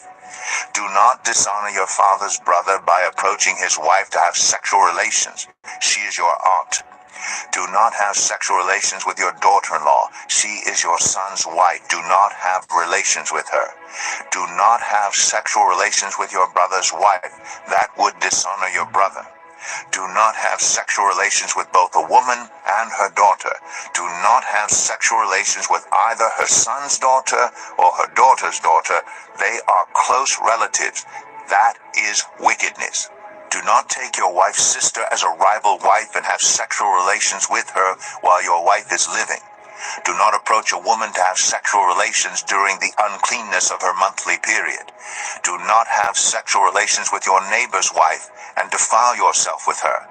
Do not give any of your children to be sacrificed to Moloch, for you must not profane the name of your God. I am the Lord. Do not have sexual relations with a man as one does with a woman. That is detestable. Do not have sexual relations with an animal and defile yourself with it. A woman must not present herself to an animal to have sexual relations with it. That is a perversion. Do not defile yourselves in any of these ways, because this is how the nations that I'm going to drive out before you became defiled. Even the land was defiled, so I punished it for its sin, and the land vomited out its inhabitants. But you must keep my decrees and my laws. The native born and the foreigners residing among you must not do any of these detestable things, for all these things were done by the people who lived in the land before you, and the land became defiled. And if you defile the land, it will vomit you out as it vomited out the nations that were before you. Everyone who does any of these detestable things, such persons must be cut off from their people. Keep my requirements, and do not follow any of the detestable customs that were practiced before you came, and do not defile yourselves with them. I am the Lord your God. Leviticus 19. The Lord said to Moses, Speak to the entire assembly of Israel and say to them, Be holy, because I, the Lord your God, am holy. Each of you must respect your mother and father, and you must observe my Sabbaths. I am the Lord your God. Do not turn to idols or make metal gods for yourselves. I am the Lord your God. When you sacrifice a fellowship offering to the Lord, sacrifice it in such a way that it will be accepted on your behalf. It shall be eaten on the day you sacrifice it or on the next day. Anything left over until the third day must be burned up. If any of it is eaten on the third day, it is impure and will not be accepted. Whoever eats it will be held responsible because they have desecrated what is holy to the Lord. They must be cut off from their people. When you reap the harvest of your land, do not reap to the very edges of your field or gather the gleanings of your harvest. Do not go over your vineyard a second time or pick up the grapes that have fallen. Leave them for the poor and the foreigner. I am the Lord your God. Do not steal. Do not lie. Do not deceive one another. Do not swear falsely by my name and so profane the name of your God. I am the Lord. Do not defraud or rob your neighbor. Do not hold back the wages of a hired worker overnight. Do not curse the deaf or put a stumbling block in front of the blind, but fear your God. I am the Lord. Do not pervert justice. Do not show partiality to the poor or favoritism to the great, but judge your neighbor fairly. Do not go about spreading slander among your people. Do not do anything that endangers your neighbor's life. I am the Lord. Do not hate a fellow Israelite in your heart. Rebuke your neighbor frankly so you will not share in their guilt. Do not seek revenge or bear a grudge against anyone among your people, but love your neighbor as yourself. I am the Lord. Keep my decrees. Do not mate different kinds of animals. Do not plant your field with two kinds of seed. Do not wear clothing with two kinds of material. If a man sleeps with a female slave who is promised to another man, but who has not been ransomed or given her freedom, there must be due punishment. Yet they are not to be put to death because she has not been freed. The man, however, must bring a ram to the entrance to the tent of meeting for a guilt offering to the Lord. With the ram of the guilt offering, the priest is to make atonement for him before the Lord for the sin he has committed, and his sin will be forgiven. When you enter the land and plant any kind of fruit tree, regard its fruit as forbidden. For 3 years you are to consider it forbidden. It must not be eaten. In the 4th year all its fruit will be holy, an offering of praise to the Lord. But in the 5th year you may eat its fruit. In this way your harvest will be increased. I am the Lord your God. Do not eat any meat with the blood still in it. Do not practice divination or seek omens. Do not cut the hair at the sides of your head or clip off the edges of your beard. Do not cut your bodies for the dead or put tattoo marks on yourselves. I am the Lord. Do not degrade your daughter by making her a prostitute, or the land will turn to prostitution and be filled with wickedness. Observe my Sabbaths and have reverence for my sanctuary. I am the Lord. Do not turn to mediums or seek out spiritists, for you will be defiled by them. I am the Lord your God.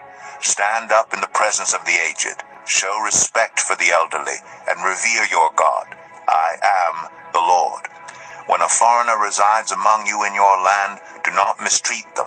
The foreigner residing among you must be treated as your native born.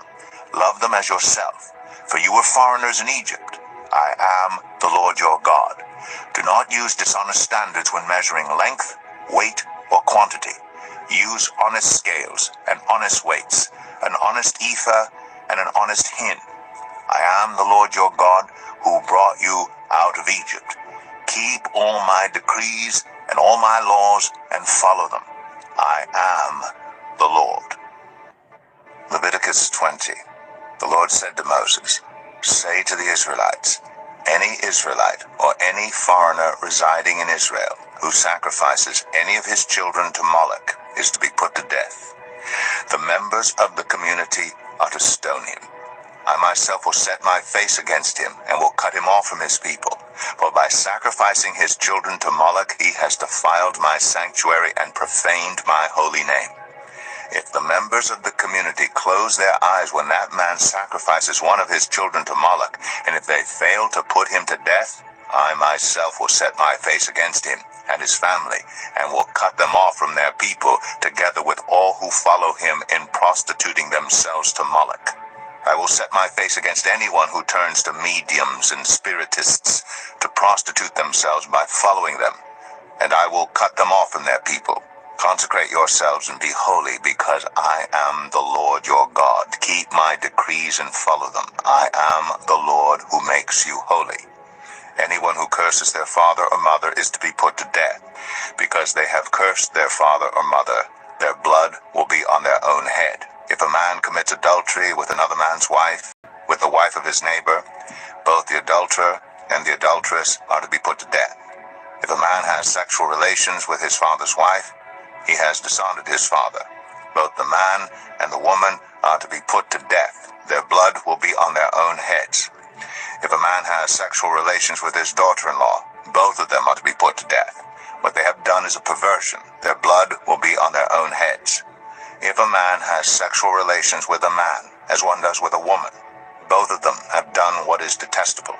They are to be put to death. Their blood will be on their own heads. If a man marries both a woman and her mother, it is wicked. Both he and they must be burned in the fire, so that no wickedness will be among you.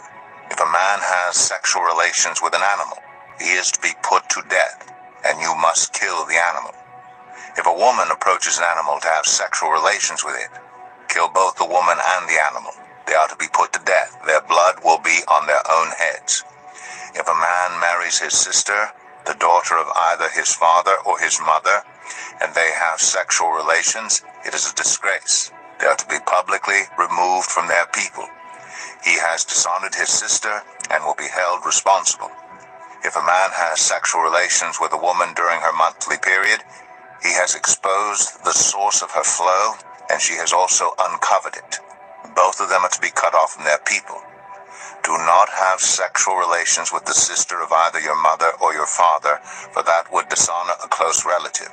Both of you would be held responsible. If a man has sexual relations with his aunt, he has dishonored his uncle. They will be held responsible. They will die childless. If a man marries his brother's wife, it is an act of impurity. He has dishonored his brother. They will be childless. Keep all my decrees and laws and follow them, so that the land where I am bringing you to live may not vomit you out.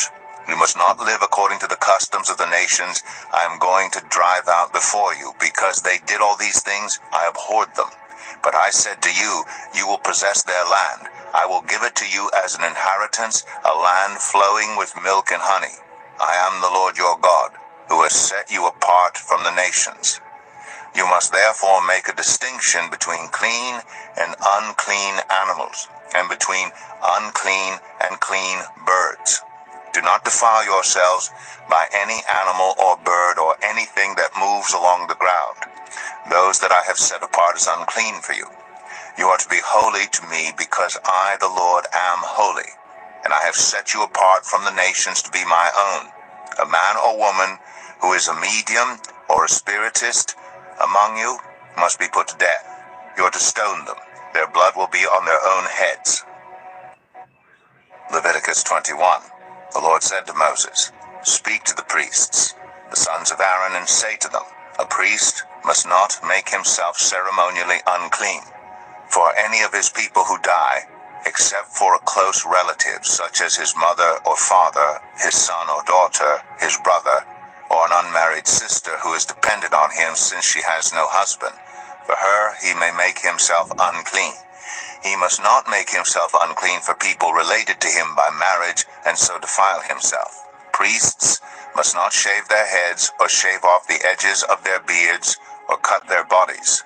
They must be holy to their God, and must not profane the name of their God. Because they present the food offerings to the Lord, the food of their God, they are to be holy. They must not marry women defiled by prostitution or divorced from their husbands, because priests are holy to their God. Regard them as holy. because they offer up the food of your God. Consider them holy, because I, the Lord, am holy, I who make you holy. If a priest's daughter defiles herself by becoming a prostitute, she disgraces her father. She must be burned in the fire. The high priest, the one among his brothers who has had the anointing oil poured on his head and who has been ordained to wear the priestly garments, must not let his hair become unkempt or tear his clothes. He must not enter a place where there is a dead body. He must not make himself unclean, even for his father or mother, nor leave the sanctuary of his God or desecrate it, because he has been dedicated by the anointing oil of his God. I am the Lord. The woman he marries must be a virgin.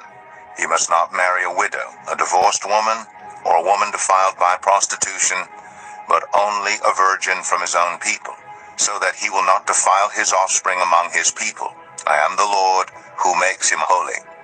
The Lord said to Moses, say to Aaron, for the generations to come, none of your descendants who has a defect may come near to offer the food of his God.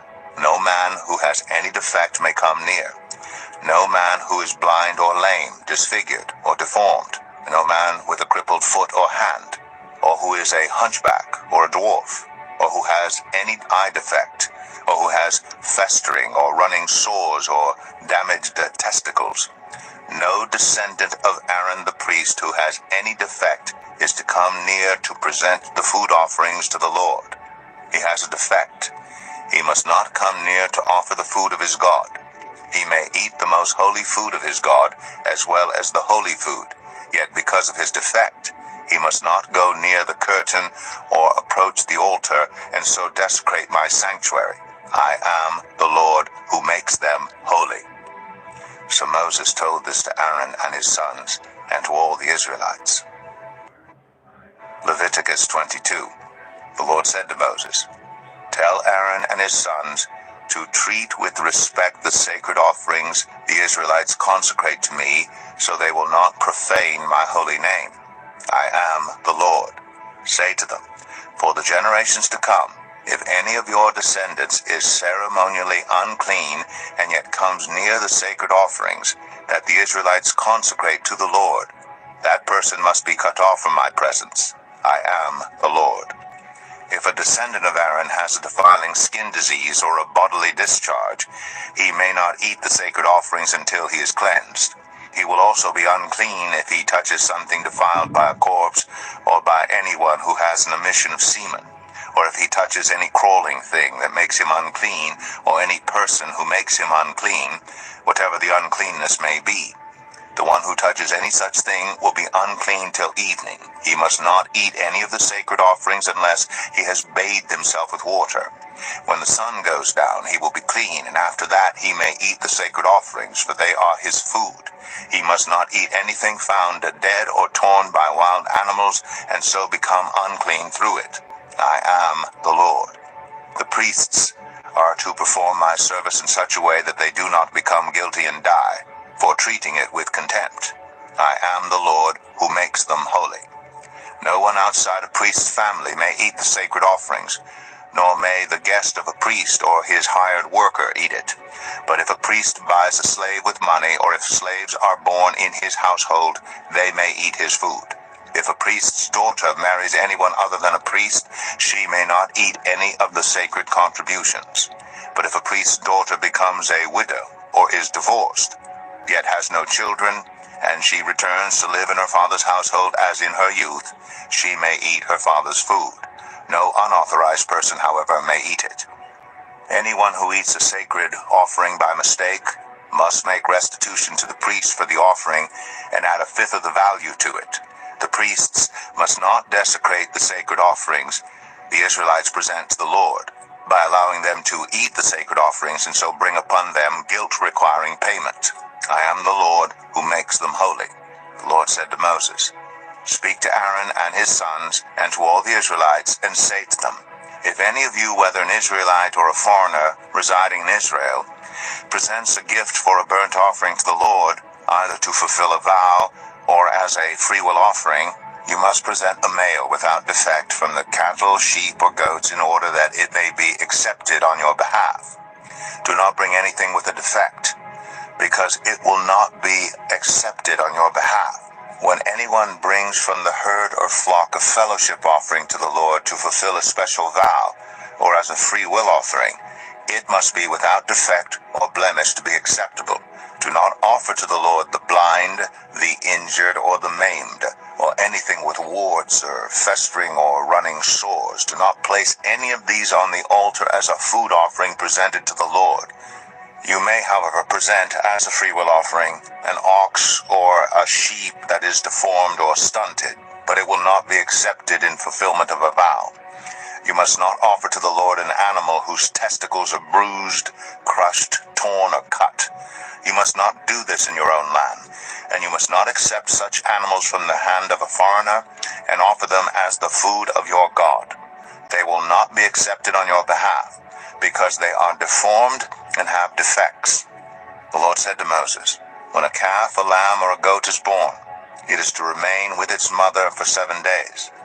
From the 8th day on, it will be acceptable as a food offering presented to the Lord. Do not slaughter a cow or a sheep and its young on the same day. When you sacrifice a thank offering to the Lord, sacrifice it in such a way that it will be accepted on your behalf. It must be eaten that same day. Leave none of it till morning. I am the Lord. Keep my commands and follow them. I am the Lord.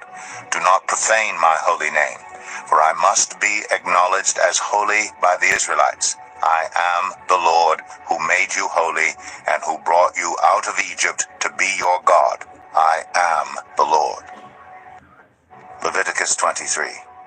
The Lord said to Moses, speak to the Israelites and say to them, these are my appointed festivals, the appointed festivals of the Lord, which you are to proclaim as sacred assemblies.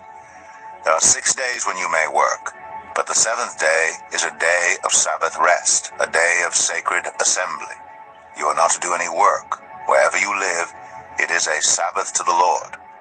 These are the Lord's appointed festivals, the sacred assemblies you are to proclaim at their appointed times. The Lord's Passover begins at twilight on the 14th day of the first month. On the 15th day of that month, the Lord's festival of unleavened bread begins. For 7 days you must eat bread made without yeast. On the first day, hold a sacred assembly and do no regular work. For 7 days present a food offering to the Lord, and on the 7th day hold a sacred assembly and do no regular work.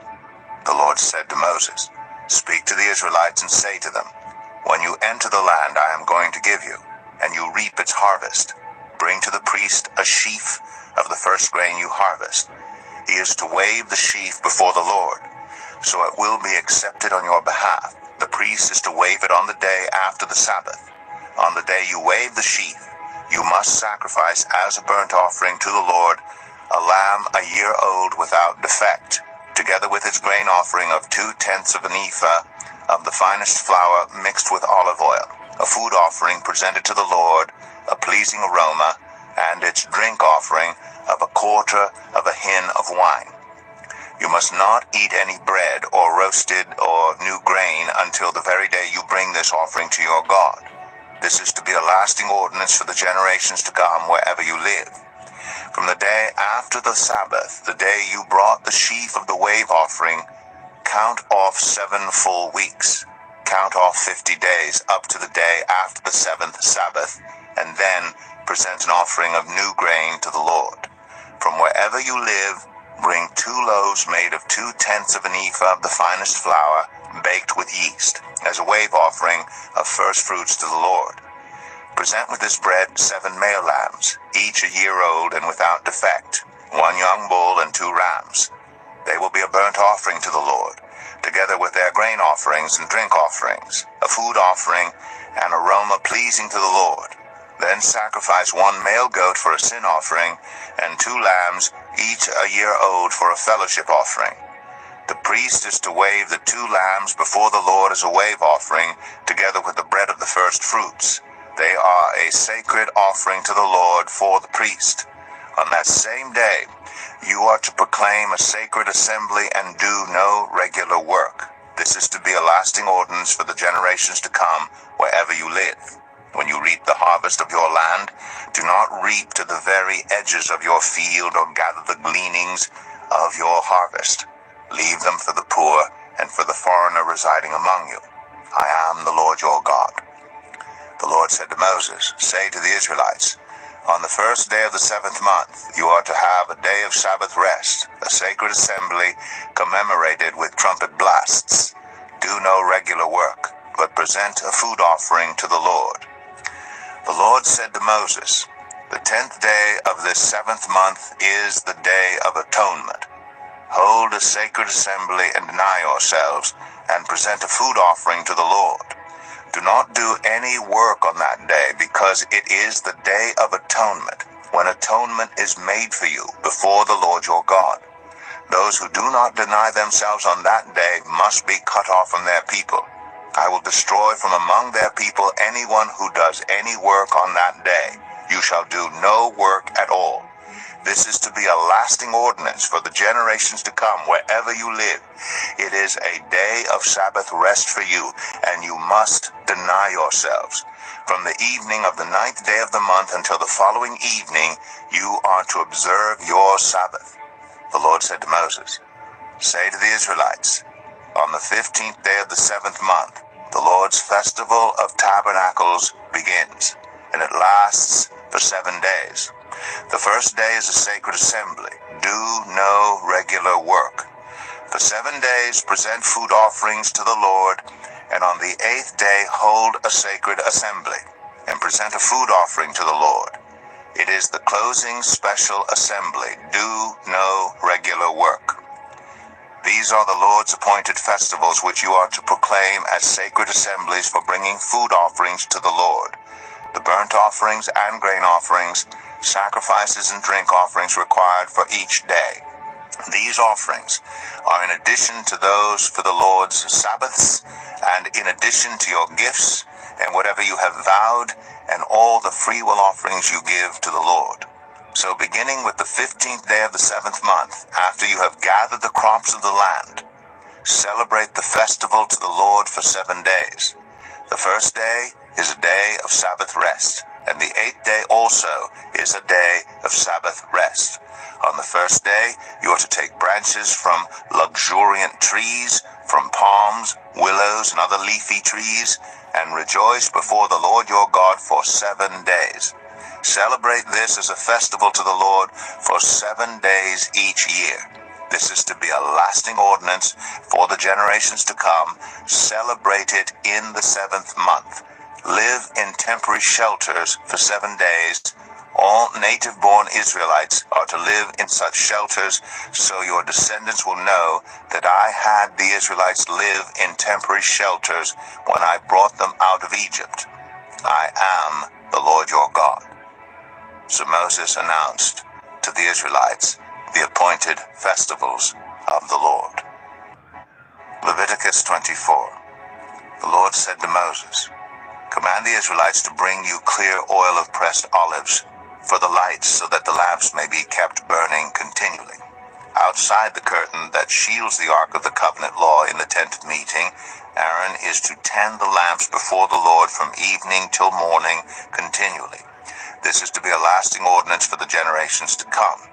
The lamps on the pure gold lampstand before the Lord must be tended continually.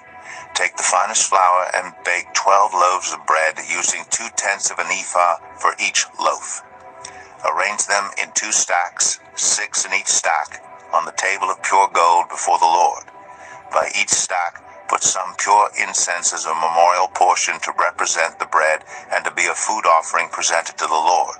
This bread is to be set out before the Lord regularly, Sabbath after Sabbath, on behalf of the Israelites as a lasting covenant. It belongs to Aaron and his sons, who are to eat it in the sanctuary area, because it is a most holy part of their perpetual share of the food offerings presented to the Lord. Now the son of an Israelite mother and an Egyptian father went out among the Israelites, and a fight broke out in the camp between him and an Israelite. The son of the Israelite woman blasphemed the name with a curse, so they brought him to Moses. His mother's name was Shelemith, the daughter of Debrai the Danite. they put him in custody until the will of the Lord should be made clear to them. Then the Lord said to Moses, "Take the blasphemer outside the camp. All those who heard him are to lay their hands on his head, and the entire assembly is to stone him. Say to the Israelites, anyone who curses their God will be held responsible. Anyone who blasphemes the name of the Lord is to be put to death. The entire assembly must stone them. Whether foreigner or native born, when they blaspheme the name, they are to be put to death. Anyone who takes the life of a human being is to be put to death. Anyone who takes the life of someone's animal must make restitution, life for life. Anyone who injures their neighbor is to be injured in the same manner. Fracture for fracture, eye for eye, tooth for tooth. The one who has inflicted the injury must suffer the same injury. Whoever kills an animal must make restitution, but whoever kills a human being is to be put to death. You are to have the same law for the foreigner and the native born. I am the Lord your God." Then Moses spoke to the Israelites, and they took the blasphemer outside the camp and stoned him. The Israelites did as the Lord commanded Moses. Leviticus 25. The Lord said to Moses at Mount Sinai, "Speak to the Israelites and say to them, when you enter the land I am going to give you, the land itself must observe a Sabbath to the Lord. For 6 years sow your fields, and for 6 years prune your vineyards and gather their crops. But in the 7th year, the land is to have a year of Sabbath rest, a Sabbath to the Lord. Do not sow your fields or prune your vineyards. Do not reap what grows of itself or harvest the grapes of your untended vines. The land is to have a year of rest. Whatever the land yields during the Sabbath year will be food for you, for yourself, your male and female servants, and the hired worker and temporary resident who live among you, as well as for your livestock and the wild animals in your land. Whatever the land produces may be eaten. Count off 7 Sabbath years, 7 times 7 years, so that the 7 Sabbath years amount to a period of 49 years. Then have the trumpets sounded everywhere on the 10th day of the 7th month. On the Day of Atonement, sound the trumpet throughout your land. Consecrate the 50th year and proclaim liberty throughout the land to all its inhabitants. It shall be a jubilee for you. Each of you is to return to your family property and to your own clan. The 50th year shall be a jubilee for you. Do not sow and do not reap what grows of itself or harvest the untended vines, for it is a jubilee and is to be holy for you. Eat only what is taken directly from the fields. In this year of jubilee, everyone is to return to their own property. If you sell land to any of your own people or buy land from them, do not take advantage of each other. You are to buy from your own people on the basis of the number of years since the jubilee, and they are to sell to you on the basis of the number of years left for harvesting crops. When the years are many, you are to increase the price, and when the years are few, you are to decrease the price, because what is really being sold to you is the number of crops. Do not take advantage of each other, but fear your God. I am the Lord your God. Follow my decrees and be careful to obey my laws, and you will live safely in the land. Then the land will yield its fruit, and you will eat your fill and live there in safety. You may ask, what will we eat in the 7th year if we do not plant or harvest our crops? I will send you such a blessing in the 6th year that the land will yield enough for 3 years. While you plant during the 8th year, you will eat from the old crop and will continue to eat from it until the harvest of the 9th year comes in. The land must not be sold permanently, because the land is mine, and you reside in my land as foreigners and strangers. Throughout the land that you hold as a possession, you must provide for the redemption of the land. If one of your fellow Israelites becomes poor and sells some of their property, their nearest relative is to come and redeem what they have sold. If, however, there is no one to redeem it for them, but later on they prosper and acquire sufficient means to redeem it themselves, They are to determine the value for the years since they sold it and refund the balance to the one to whom they sold it. They can then go back to their own property. But if they do not acquire the means to repay, what was sold will remain in the possession of the buyer until the year of Jubilee. It will be returned in the Jubilee, and they can then go back to their property. Anyone who sells a house in a walled city retains the right of redemption a full year after its sale. During that time, the seller may redeem it. If it is not redeemed before a full year has passed, the house in the walled city shall belong permanently to the buyer and the buyer's descendants. It is not to be returned in the Jubilee. But houses in villages without walls around them are to be considered as belonging to the open country. They can be redeemed, and they are to be returned in the Jubilee. The Levites always have the right to redeem their houses in the Levitical towns which they possess. So the property of the Levites is redeemable, that is, a house sold in any town they hold, and is to be returned in the Jubilee, because the houses in the towns of the Levites are their property among the Israelites. But the pasture land belonging to their towns must not be sold. It is their permanent possession. If any of our fellow Israelites become poor and are unable to support themselves among you, help them as you would a foreigner and stranger, so they can continue to live among you. Do not take interest or any profit from them, but fear your God, so that they may continue to live among you. You must not lend them money at interest or sell them food at a profit. I am the Lord your God, who brought you out of Egypt to give you the land of Canaan and to be your God. If any of your fellow Israelites become poor and sell themselves to you, do not make them work as slaves. They are to be treated as hired workers or temporary residents among you. They are to work for you until the year of Jubilee. Then they and their children are to be released, and they will go back to their own clans and to the property of their ancestors, because the Israelites are my servants, whom I brought out of Egypt. They must not be sold as slaves. Do not rule over them ruthlessly, but fear your God. Your male and female slaves are to come from the nations around you. From them you may buy slaves. You may also buy some of the temporary residents living among you and members of their clans born in your country, and they will become your property. You can bequeath them to your children as inherited property and can make them slaves for life, but you must not rule over your fellow Israelites ruthlessly. If a foreigner residing among you becomes rich and any of your fellow Israelites become poor and sell themselves to the foreigner or to a member of the foreigner's clan, they retain the right of redemption after they have sold themselves. One of their relatives may redeem them. An uncle or a cousin or any blood relative in their clan may redeem them. Or if they prosper, they may redeem themselves. They and their buyer are to count the time from the year they sold themselves up to the year of Jubilee.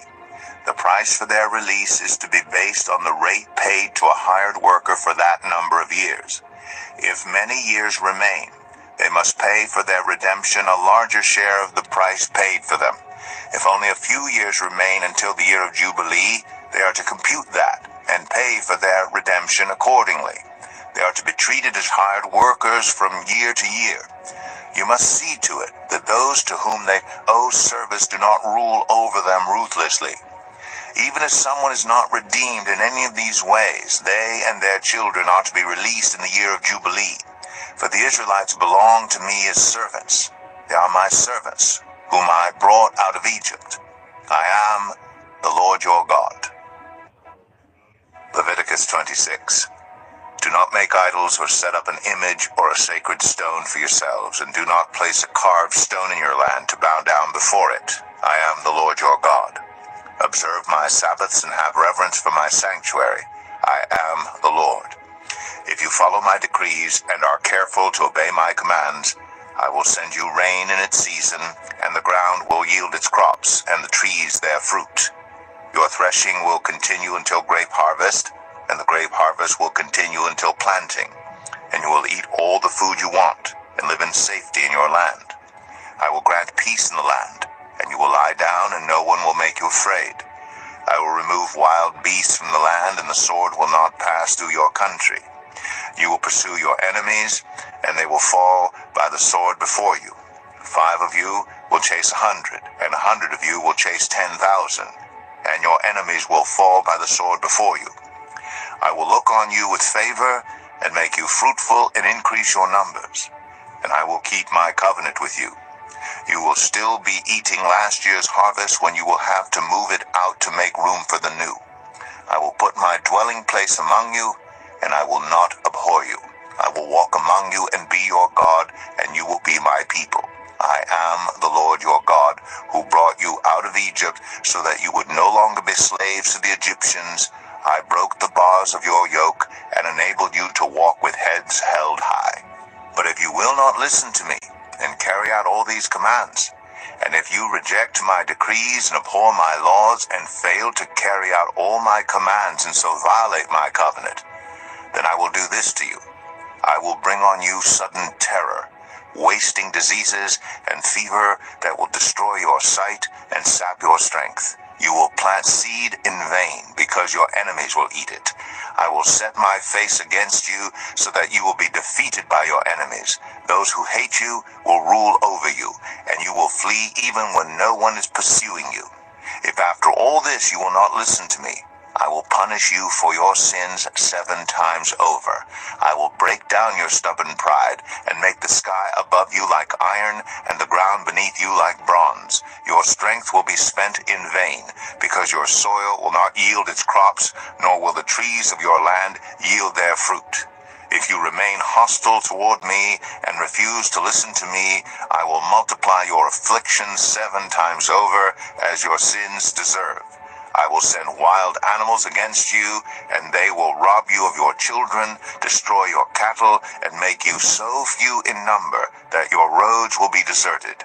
If in spite of these things you do not accept my correction, but continue to be hostile toward me, I myself will be hostile toward you, and will afflict you for your sins 7 times over. And I will bring the sword on you to avenge the breaking of the covenant. When you withdraw into your cities, I will send a plague among you, and you will be given into enemy hands. When I cut off your supply of bread, 10 women will be able to bake your bread in 1 oven, and they will dole out the bread by weight. You will eat, but you will not be satisfied. If in spite of this you still do not listen to me, but continue to be hostile toward me, then in my anger I will be hostile toward you, and I myself will punish you for your sins 7 times over. You will eat the flesh of your sons and the flesh of your daughters. I will destroy your high places, cut down your incense altars, and pile your dead bodies on the lifeless forms of your idols, and I will abhor you. I will turn your cities into ruins and lay waste your sanctuaries, and I will take no delight in the pleasing aroma of your offerings. I myself will lay waste the land, so that your enemies who live there will be appalled. I will scatter you among the nations, and will draw out my sword and pursue you. Your land will be laid waste, and your cities will lie in ruins. Then the land will enjoy its Sabbath years all the time that it lies desolate, and you are in the country of your enemies. Then the land will rest and enjoy its Sabbaths. All the time that it lies desolate, the land will have the rest it did not have during the Sabbaths you lived in it. As for those of you who are left, I will make their hearts so fearful in the lands of their enemies that the sound of a wind-blown leaf will put them to flight.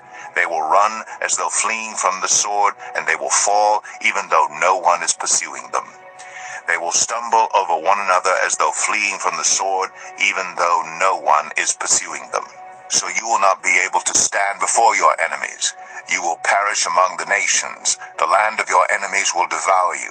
Those of you who are left will waste away in the lands of their enemies because of their sins. Also because of their ancestors' sins they will waste away.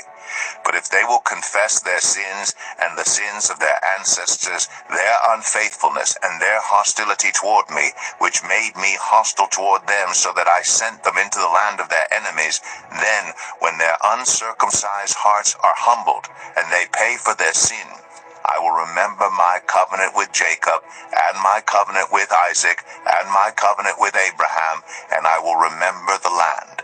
For the land will be deserted by them, and will enjoy its Sabbaths while it lies desolate without them. They will pay for their sins because they rejected my laws and abhorred my decrees. Yet in spite of this, when they are in the land of their enemies, I will not reject them or abhor them so as to destroy them completely, breaking my covenant with them. I am the Lord their God. But for their sake I will remember the covenant with their ancestors whom I brought out of Egypt in the sight of the nations to be their God. I am the Lord. These are the decrees, the laws, and the regulations that the Lord established at Mount Sinai between himself and the Israelites through Moses. Leviticus 27. The Lord said to Moses, "Speak to the Israelites and say to them, if anyone makes a special vow to dedicate a person to the Lord by giving the equivalent value, set the value of a male between the ages of 20 and 60 at 50 shekels of silver according to the sanctuary shekel. For a female, set her value at 30 shekels. For a person between the ages of 5 and 20, set the value of a male at 20 shekels and of a female at 10 shekels.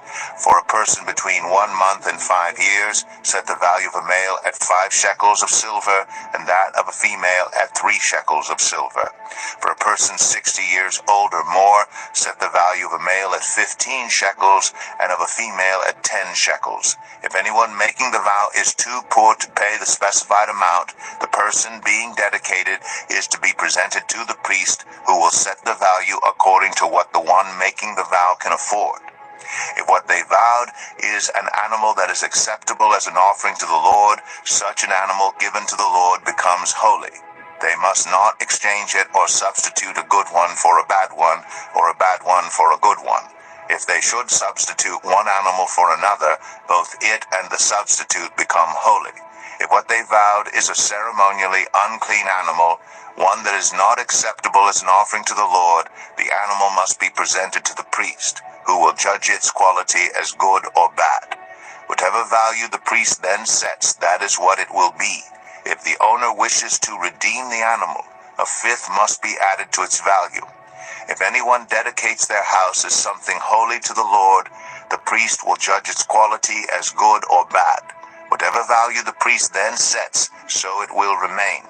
If the one who dedicates their house wishes to redeem it, they must add a fifth to its value, and the house will again become theirs.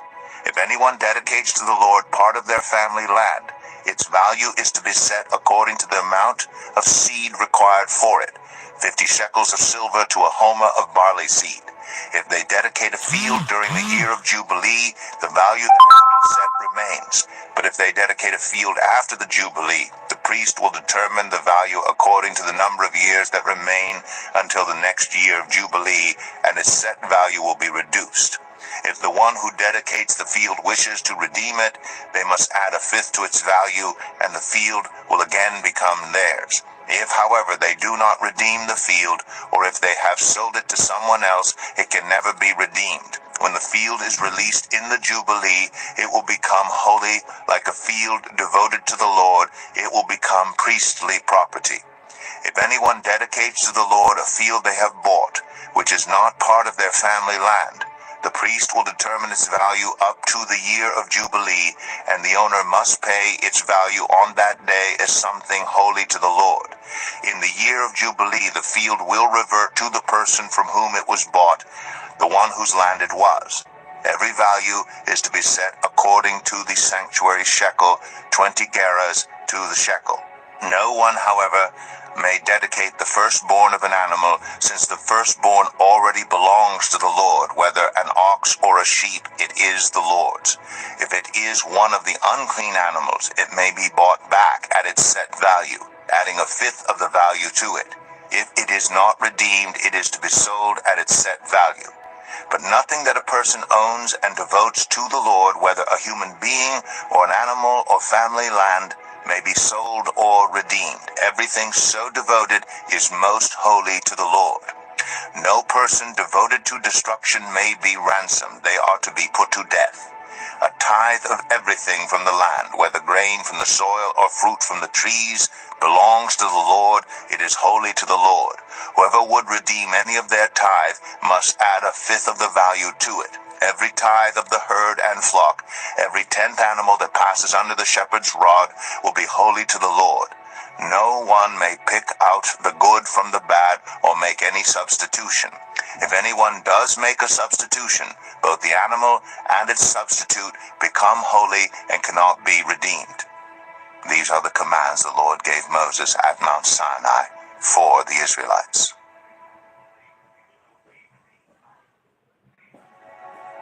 The Book of Numbers, chapter 1. The Lord spoke to Moses in the tent of meeting in the desert of Sinai on the first day of the 2nd month of the 2nd year after the Israelites came out of Egypt. He said, "Take a census of the whole Israelite community by their clans and families, listing every man by name, one by one. You and Aaron are to count according to their divisions all the men in Israel who are 20 years old or more and able to serve in the army, one man from each tribe. Each of them, the head of his family, is to help you.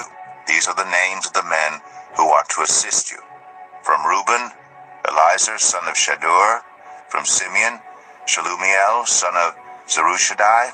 From Judah, Nahshon, son of Amminadab. From Issachar, Nethanel, son of Zuar. From Zebulun, Eliab, son of Helon. From the sons of Joseph, from Ephraim, Elishama, son of Ammihud. From Manasseh, Gamaliel, son of Pedazur. From Benjamin, Abidan, son of Gideoni. From Dan, Ahiezer, son of Ammishaddai. From Asher, Pagiel, son of Ochran.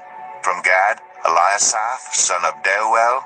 From Naphtali, Ahira, son of Enan.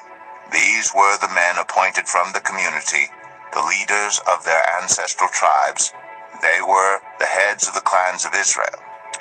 Moses and Aaron took these men whose names had been specified, and they called the whole community together on the first day of the 2nd month. The people registered their ancestry by their clans and families, and the men 20 years old or more were listed by name one by one, as the Lord commanded Moses.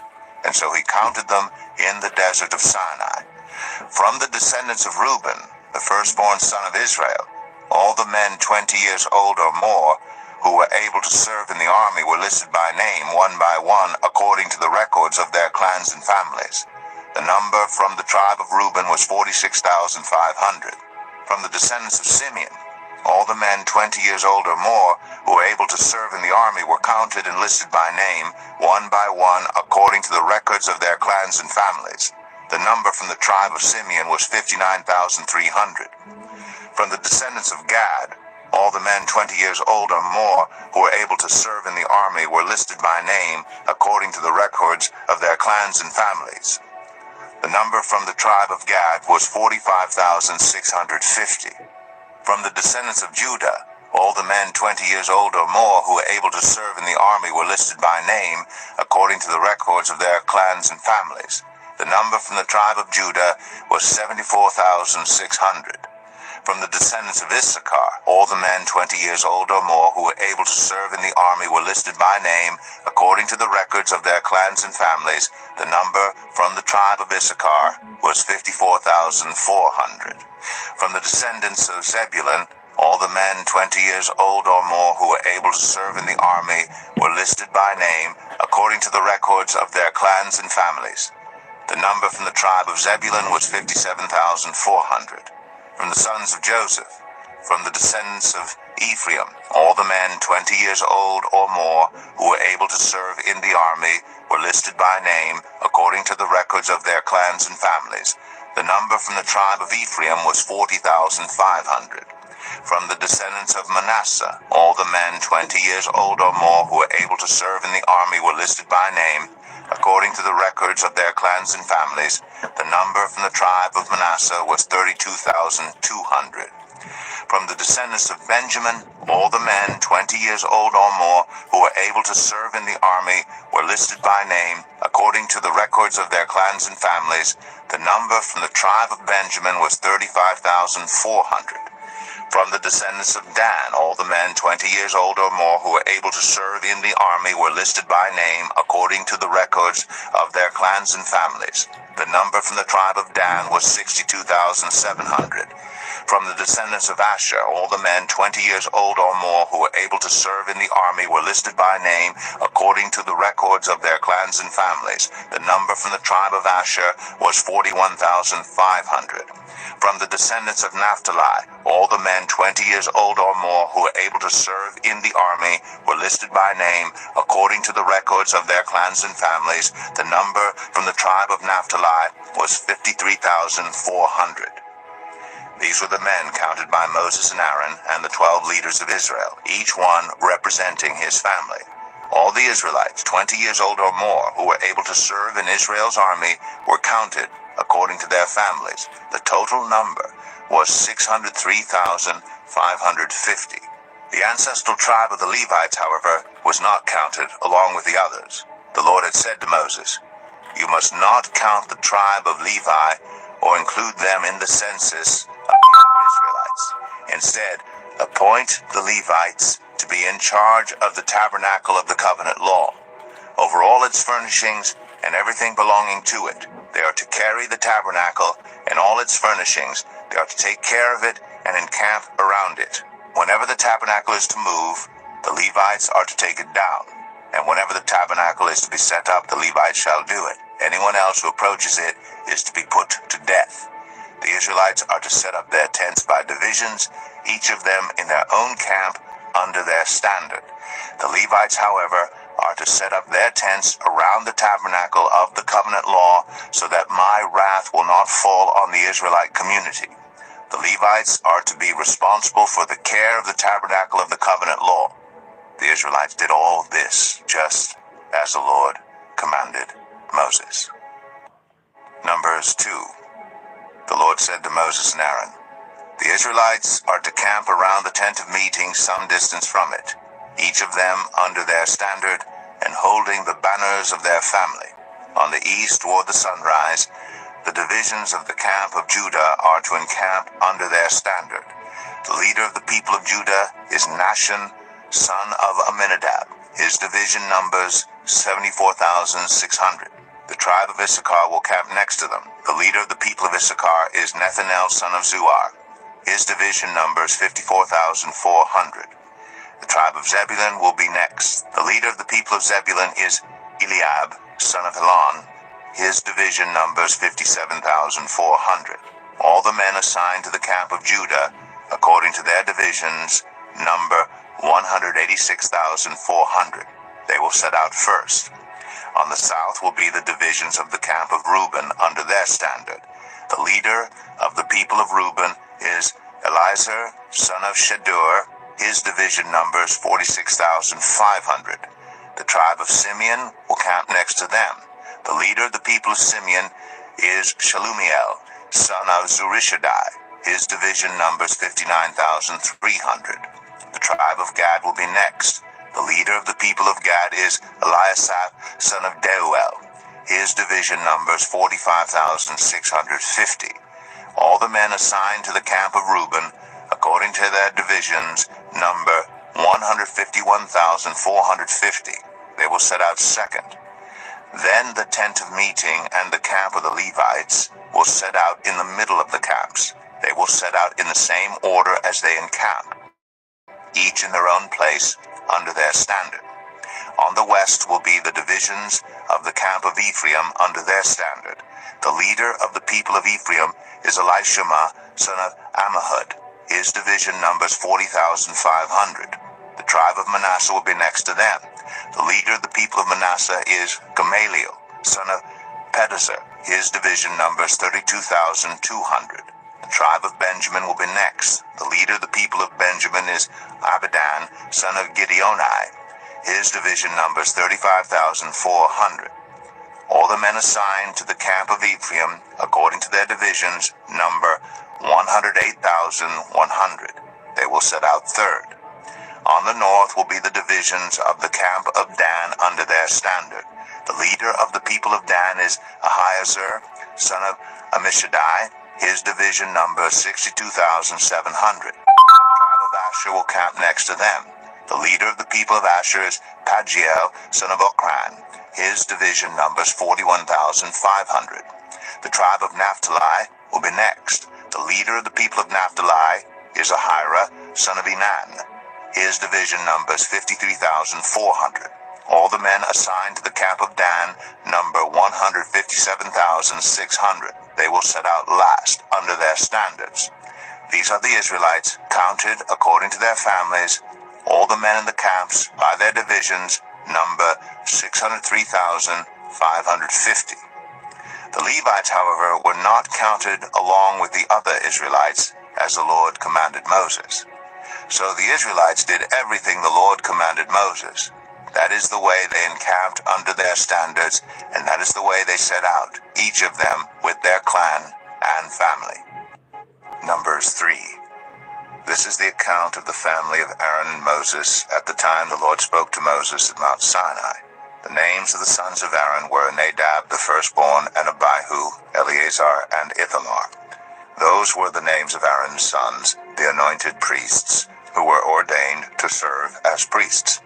Nadab and Abihu, however, died before the Lord when they made an offering with unauthorized fire before him in the desert of Sinai. They had no sons, so Eleazar and Ithamar served as priests during the lifetime of their father Aaron. The Lord said to Moses, "Bring the tribe of Levi and present them to Aaron the priest to assist him. They are to perform duties for him and for the whole community at the tent of meeting by doing the work of the tabernacle.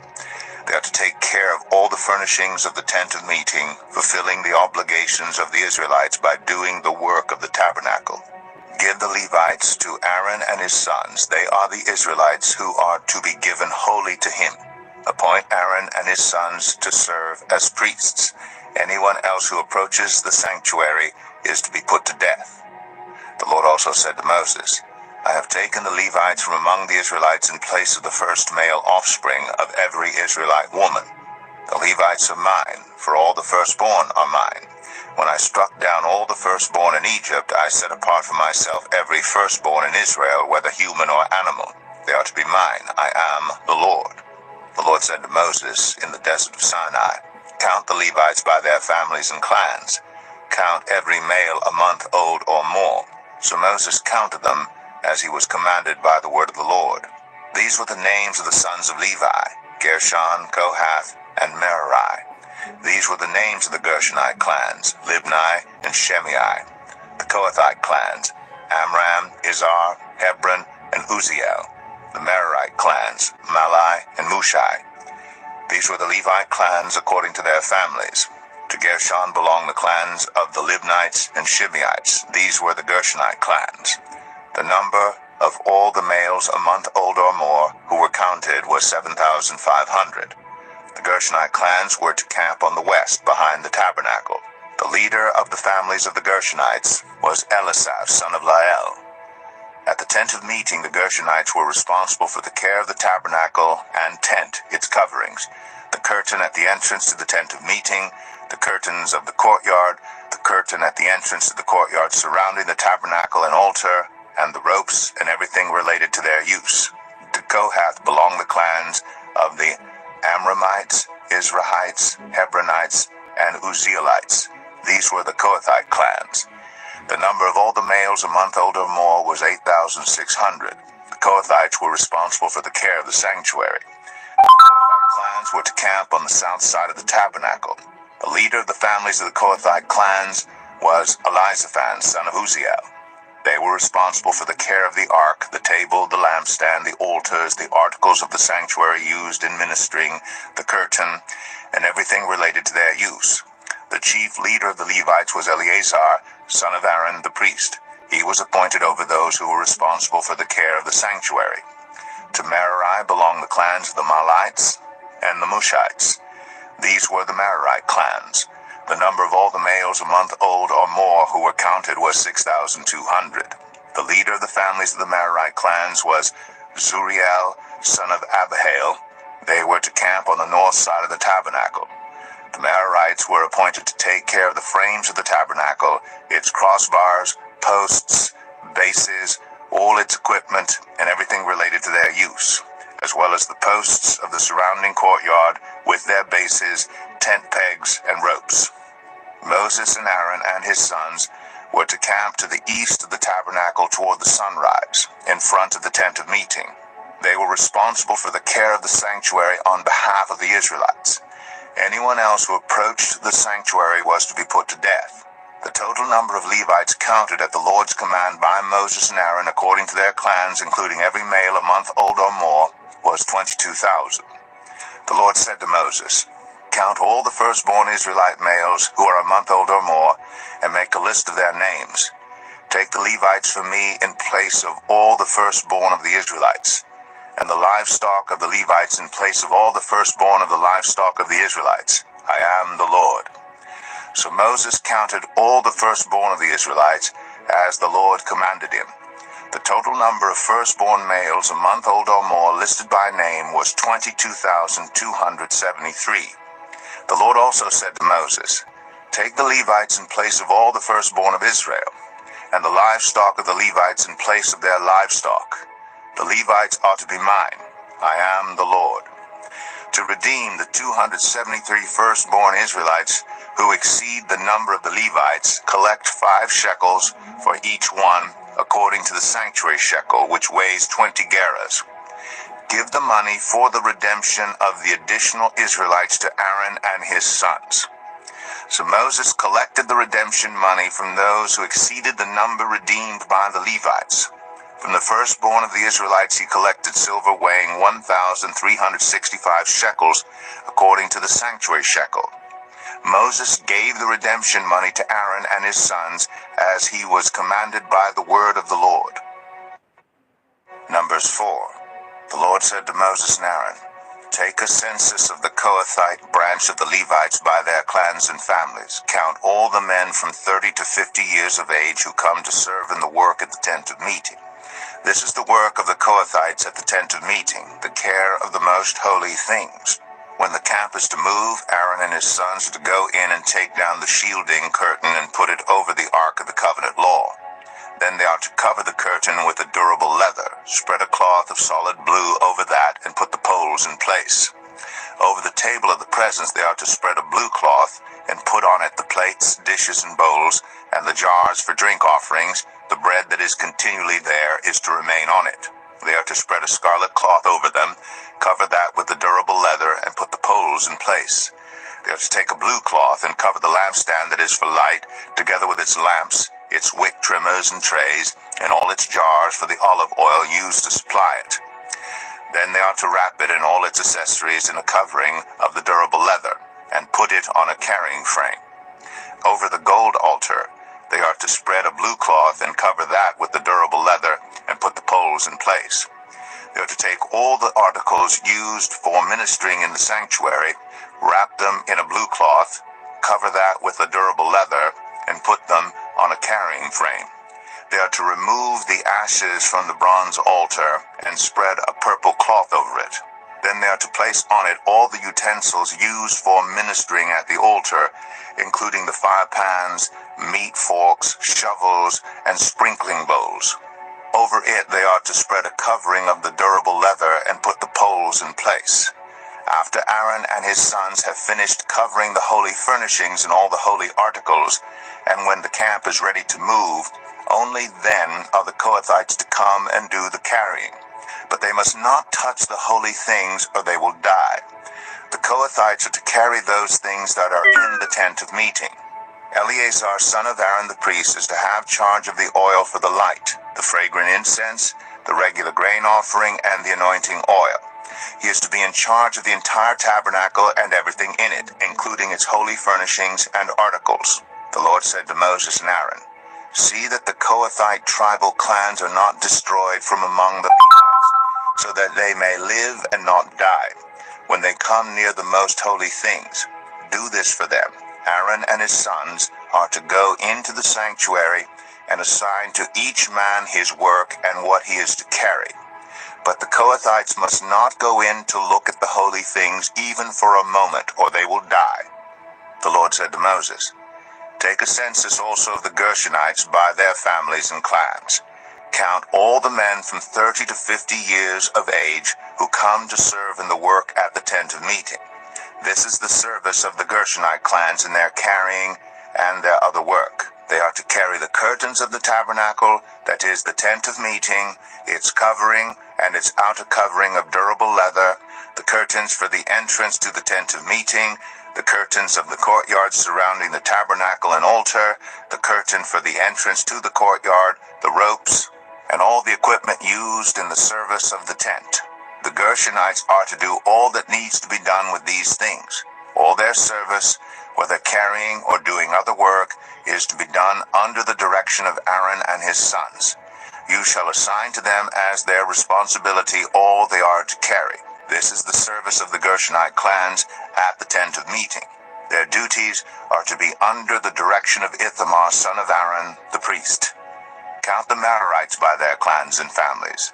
Count all the men from 30 to 50 years of age who come to serve in the work at the tent of meeting. As part of all their service at the tent, they are to carry the frames of the tabernacle, its crossbars, posts, and bases, as well as the posts of the surrounding courtyard with their bases, tent pegs, ropes, all their equipment, and everything related to their use. Assign to each man the specific things he is to carry. This is the service of the Merarite clans as they work at the tent of meeting under the direction of Ithamar, son of Aaron, the priest. Moses, Aaron, and the leaders of the community counted the Kohathites by their clans and families. All the men from 30 to 50 years of age who came to serve in the work at the tent of meeting, counted by clans, were 2,750. This was the total of all those in the Kohathite clans who served at the tent of meeting. Moses and Aaron counted them according to the Lord's command through Moses. The Gershonites were counted by their clans and families. All the men from 30 to 50 years of age who came to serve in the work at the tent of meeting, counted by their clans and families, were 2,630. This was the total of those in the Gershonite clans who served at the tent of meeting. Moses and Aaron counted them according to the Lord's command. The Merarites were counted by their clans and families. All the men from 30 to 50 years of age who came to serve in the work at the tent of meeting, counted by their clans, were 3,200. This was the total of those in the Merarite clans. Moses and Aaron counted them according to the Lord's command through Moses. So Moses, Aaron, and the leaders of Israel counted all the Levites by their clans and families. All the men from 30 to 50 years of age who came to do the work of serving and carrying the tent of meeting numbered 8,580.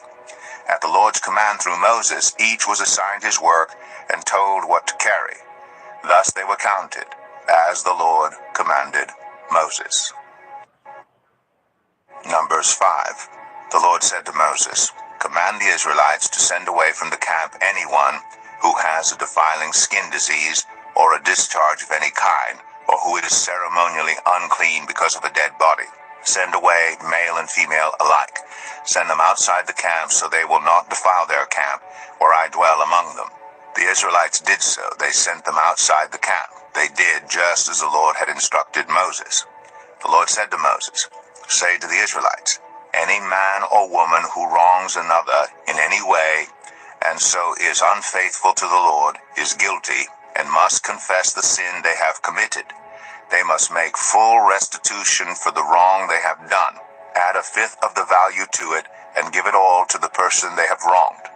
But if that person has no close relative to whom restitution can be made for the wrong, the restitution belongs to the Lord and must be given to the priest, along with the ram with which atonement is made for the wrongdoer.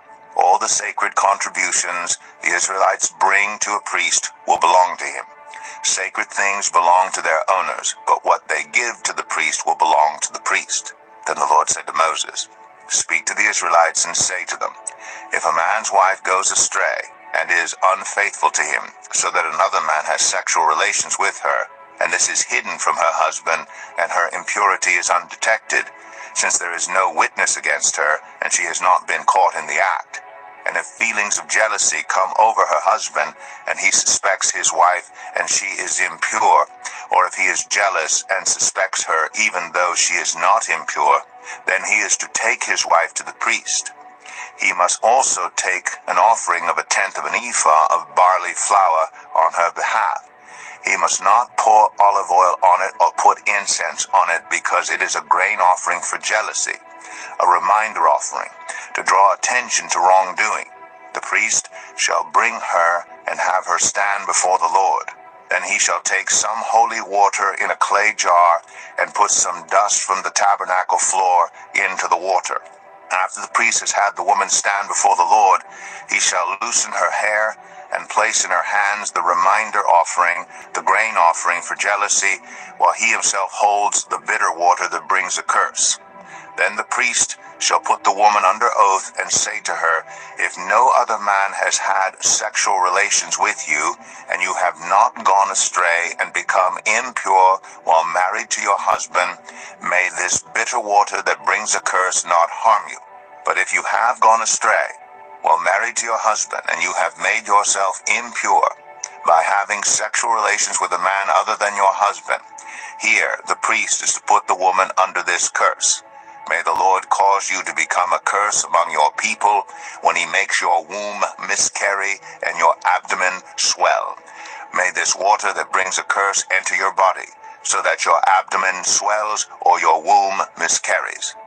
Then the woman is to say, Amen, so be it. The priest is to write these curses on a scroll and then wash them off into the bitter water. He shall make the woman drink the bitter water that brings a curse, and this water that brings a curse and causes bitter suffering will enter her. The priest is to take from her hands the grain offering for jealousy, wave it before the Lord, and bring it to the altar. The priest is then to take a handful of the grain offering as a memorial offering and burn it on the altar. After that, he is to have the woman drink the water. If she has made herself impure and been unfaithful to her husband, this will be the result. When she is made to drink the water that brings a curse and causes bitter suffering, it will enter her. Her abdomen will swell, and her womb will miscarry, and she will become a curse. If, however, the woman has not made herself impure but is clean, she will be cleared of guilt and will be able to have children. This, then, is the law of jealousy, when a woman goes astray and makes herself impure while married to a husband, or when feelings of jealousy come over a man because he suspects his wife.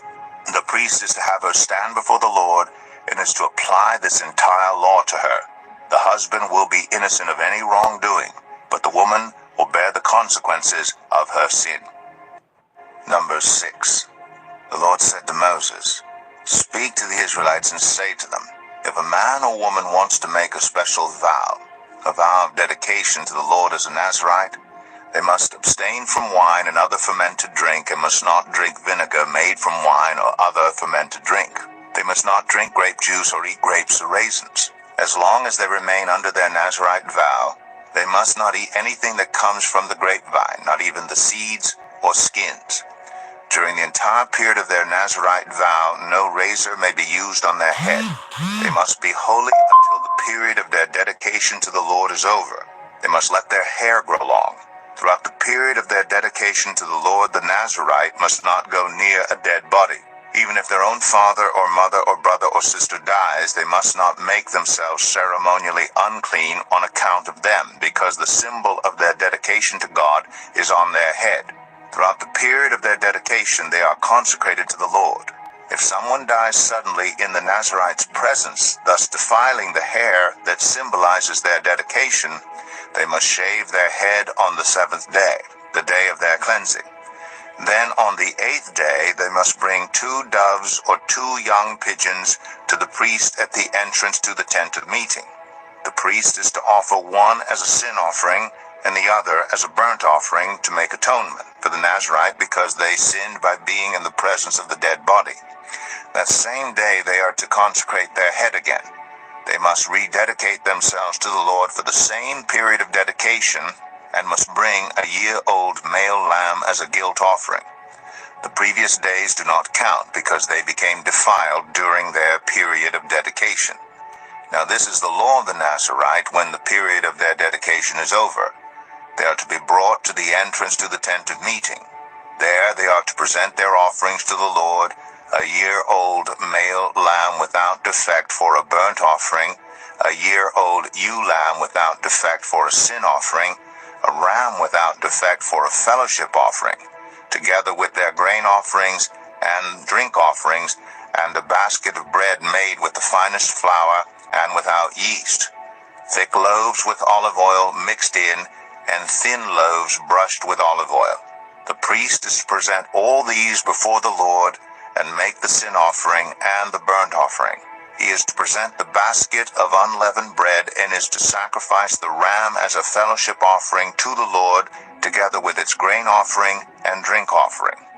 Then at the entrance to the tent of meeting, the Nazarite must shave off the hair that symbolizes their dedication. They are to take the hair and put it in the fire that is under the sacrifice of the fellowship offering. After the Nazarite has shaved off the hair that symbolizes their dedication, the priest is to place in their hands a boiled shoulder of the ram, and one thick loaf and one thin loaf from the basket, both made without yeast. The priest shall then wave these before the Lord as a wave offering. They are holy and belong to the priest, together with the breast that was waved and the thigh that was presented. After that, the Nazarite may drink wine. This is the law of the Nazarite, who vows offerings to the Lord in accordance with their dedication, in addition to whatever else they can afford. They must fulfill the vows they have made according to the law of the Nazarite. The Lord said to Moses, "Tell Aaron and his sons, this is how you are to bless the Israelites. Say to them, the Lord bless you and keep you. The Lord make his face shine on you and be gracious to you. The Lord turn his face toward you and give you peace. So they will put my name on the Israelites, and I will bless them." Number 7. When Moses finished setting up the tabernacle, he anointed and consecrated it in all its furnishings. He also anointed and consecrated the altar and all its utensils. Then the leaders of Israel, the heads of families who were the tribal leaders in charge of those who were counted, made offerings. They brought as their gifts before the Lord 6 covered carts and 12 oxen, an ox from each leader and a cart from every 2. These they presented before the tabernacle. The Lord said to Moses, "Accept these from them, that they may be used in the work at the tent of meeting. Give them to the Levites as each man's work requires."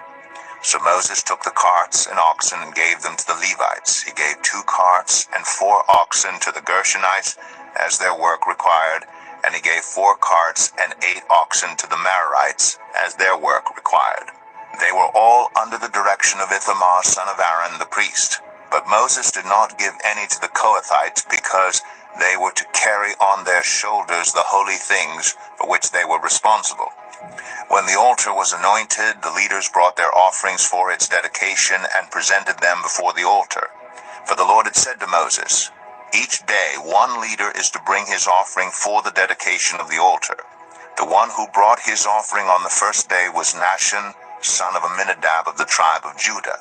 His offering was 1 silver plate weighing 130 shekels, and 1 silver sprinkling bowl weighing 70 shekels, both according to the sanctuary shekel, each filled with the finest flour mixed with olive oil as a grain offering. 1 gold dish weighing 10 shekels, filled with incense, 1 young bull, 1 ram, and 1 male lamb a year old for a burnt offering, 1 male goat for a sin offering, and 2 oxen, 5 rams, 5 male goats, and 5 male lambs a year old to be sacrificed as a fellowship offering. This was the offering of Nahshon, son of Amminadab. On the second day, Nethanel, son of Zuar, the leader of Issachar, brought his offering. The offering he brought was 1 silver plate weighing 130 shekels, and 1 silver sprinkling bowl weighing 70 shekels, both according to the sanctuary shekel, each filled with the finest flour mixed with olive oil as a grain offering, 1 gold dish weighing 10 shekels, filled with incense, 1 young bull, 1 ram, and 1 male lamb a year old for a burnt offering, 1 male goat for a sin offering, and 2 oxen, 5 rams, 5 male goats, and 5 male lambs a year old to be sacrificed as a fellowship offering. This was the offering of Nethanel, son of Zuar. On the 3rd day, Eliab, son of Helon, the leader of the people of Zebulun, brought his offering. His offering was 1 silver plate weighing 130 shekels, and 1 silver sprinkling bowl weighing 70 shekels, both according to the sanctuary shekel, each filled with the finest flour mixed with olive oil as a grain offering. 1 gold dish weighing 10 shekels filled with incense, 1 young bull, 1 ram, and 1 male lamb a year old for a burnt offering, 1 male goat for a sin offering, and 2 oxen, 5 rams, 5 male goats, and 5 male lambs a year old to be sacrificed as a fellowship offering. This was the offering of Eliab, son of Helon. On the 4th day, Eliezer, son of Shadur, the leader of the people of Reuben, brought his offering. His offering was 1 silver plate weighing 130 shekels, and 1 silver sprinkling bowl weighing 70 shekels, both according to the sanctuary shekel, each filled with the finest flour mixed with olive oil as a grain offering. 1 gold dish weighing 10 shekels filled with incense, 1 young bull, 1 ram, and 1 male lamb a year old for a burnt offering, 1 male goat for a sin offering, and 2 oxen, 5 rams, 5 male goats, and 5 male lambs a year old to be sacrificed as a fellowship offering. This was the offering of Eleazar, son of Shadur. On the 5th day, Shelumiel, son of Zerushadai, the leader of the people of Simeon, brought his offering. His offering was 1 silver plate weighing 130 shekels, and 1 silver sprinkling bowl weighing 70 shekels, both according to the sanctuary shekel, each filled with the finest flour mixed with olive oil as a grain offering. 1 gold dish weighing 10 shekels filled with incense, 1 young bull, 1 ram, and 1 male lamb a year old for a burnt offering, 1 male goat for a sin offering, and 2 oxen, 5 rams, 5 male goats, and 5 male lambs a year old to be sacrificed as a fellowship offering. This was the offering of Shelumiel, son of Zerushadai. On the 6th day, Eliasaph, son of Duel, the leader of the people of Gad, brought his offering. His offering was 1 silver plate weighing 130 shekels, and 1 silver sprinkling bowl weighing 70 shekels, both according to the sanctuary shekel, each filled with the finest flour mixed with olive oil as a grain offering. 1 gold dish weighing 10 shekels filled with incense, 1 young bull, 1 ram, and 1 male lamb a year old for a burnt offering, 1 male goat for a sin offering, and 2 oxen, 5 rams, 5 male goats, and 5 male lambs a year old to be sacrificed as a fellowship offering. This was the offering of Eliasaph, son of Duel. On the 7th day, Elishama, son of Ammihud, the leader of the people of Ephraim, brought his offering. His offering was 1 silver plate weighing 130 shekels, and 1 silver sprinkling bowl weighing 70 shekels, both according to the sanctuary shekel, each filled with the finest flour mixed with olive oil as a grain offering. 1 gold dish weighing 10 shekels filled with incense, 1 young bull, 1 ram, and 1 male lamb a year old for a burnt offering, 1 male goat for a sin offering, and 2 oxen, 5 rams, 5 male goats, and 5 male lambs a year old to be sacrificed as a fellowship offering. This was the offering of Elishama, son of Ammihud. On the 8th day, Gamaliel, son of Pedazur, the leader of the people of Manasseh, brought his offering. His offering was 1 silver plate weighing 130 shekels, and 1 silver sprinkling bowl weighing 70 shekels, both according to the sanctuary shekel, each filled with the finest flour mixed with olive oil as a grain offering.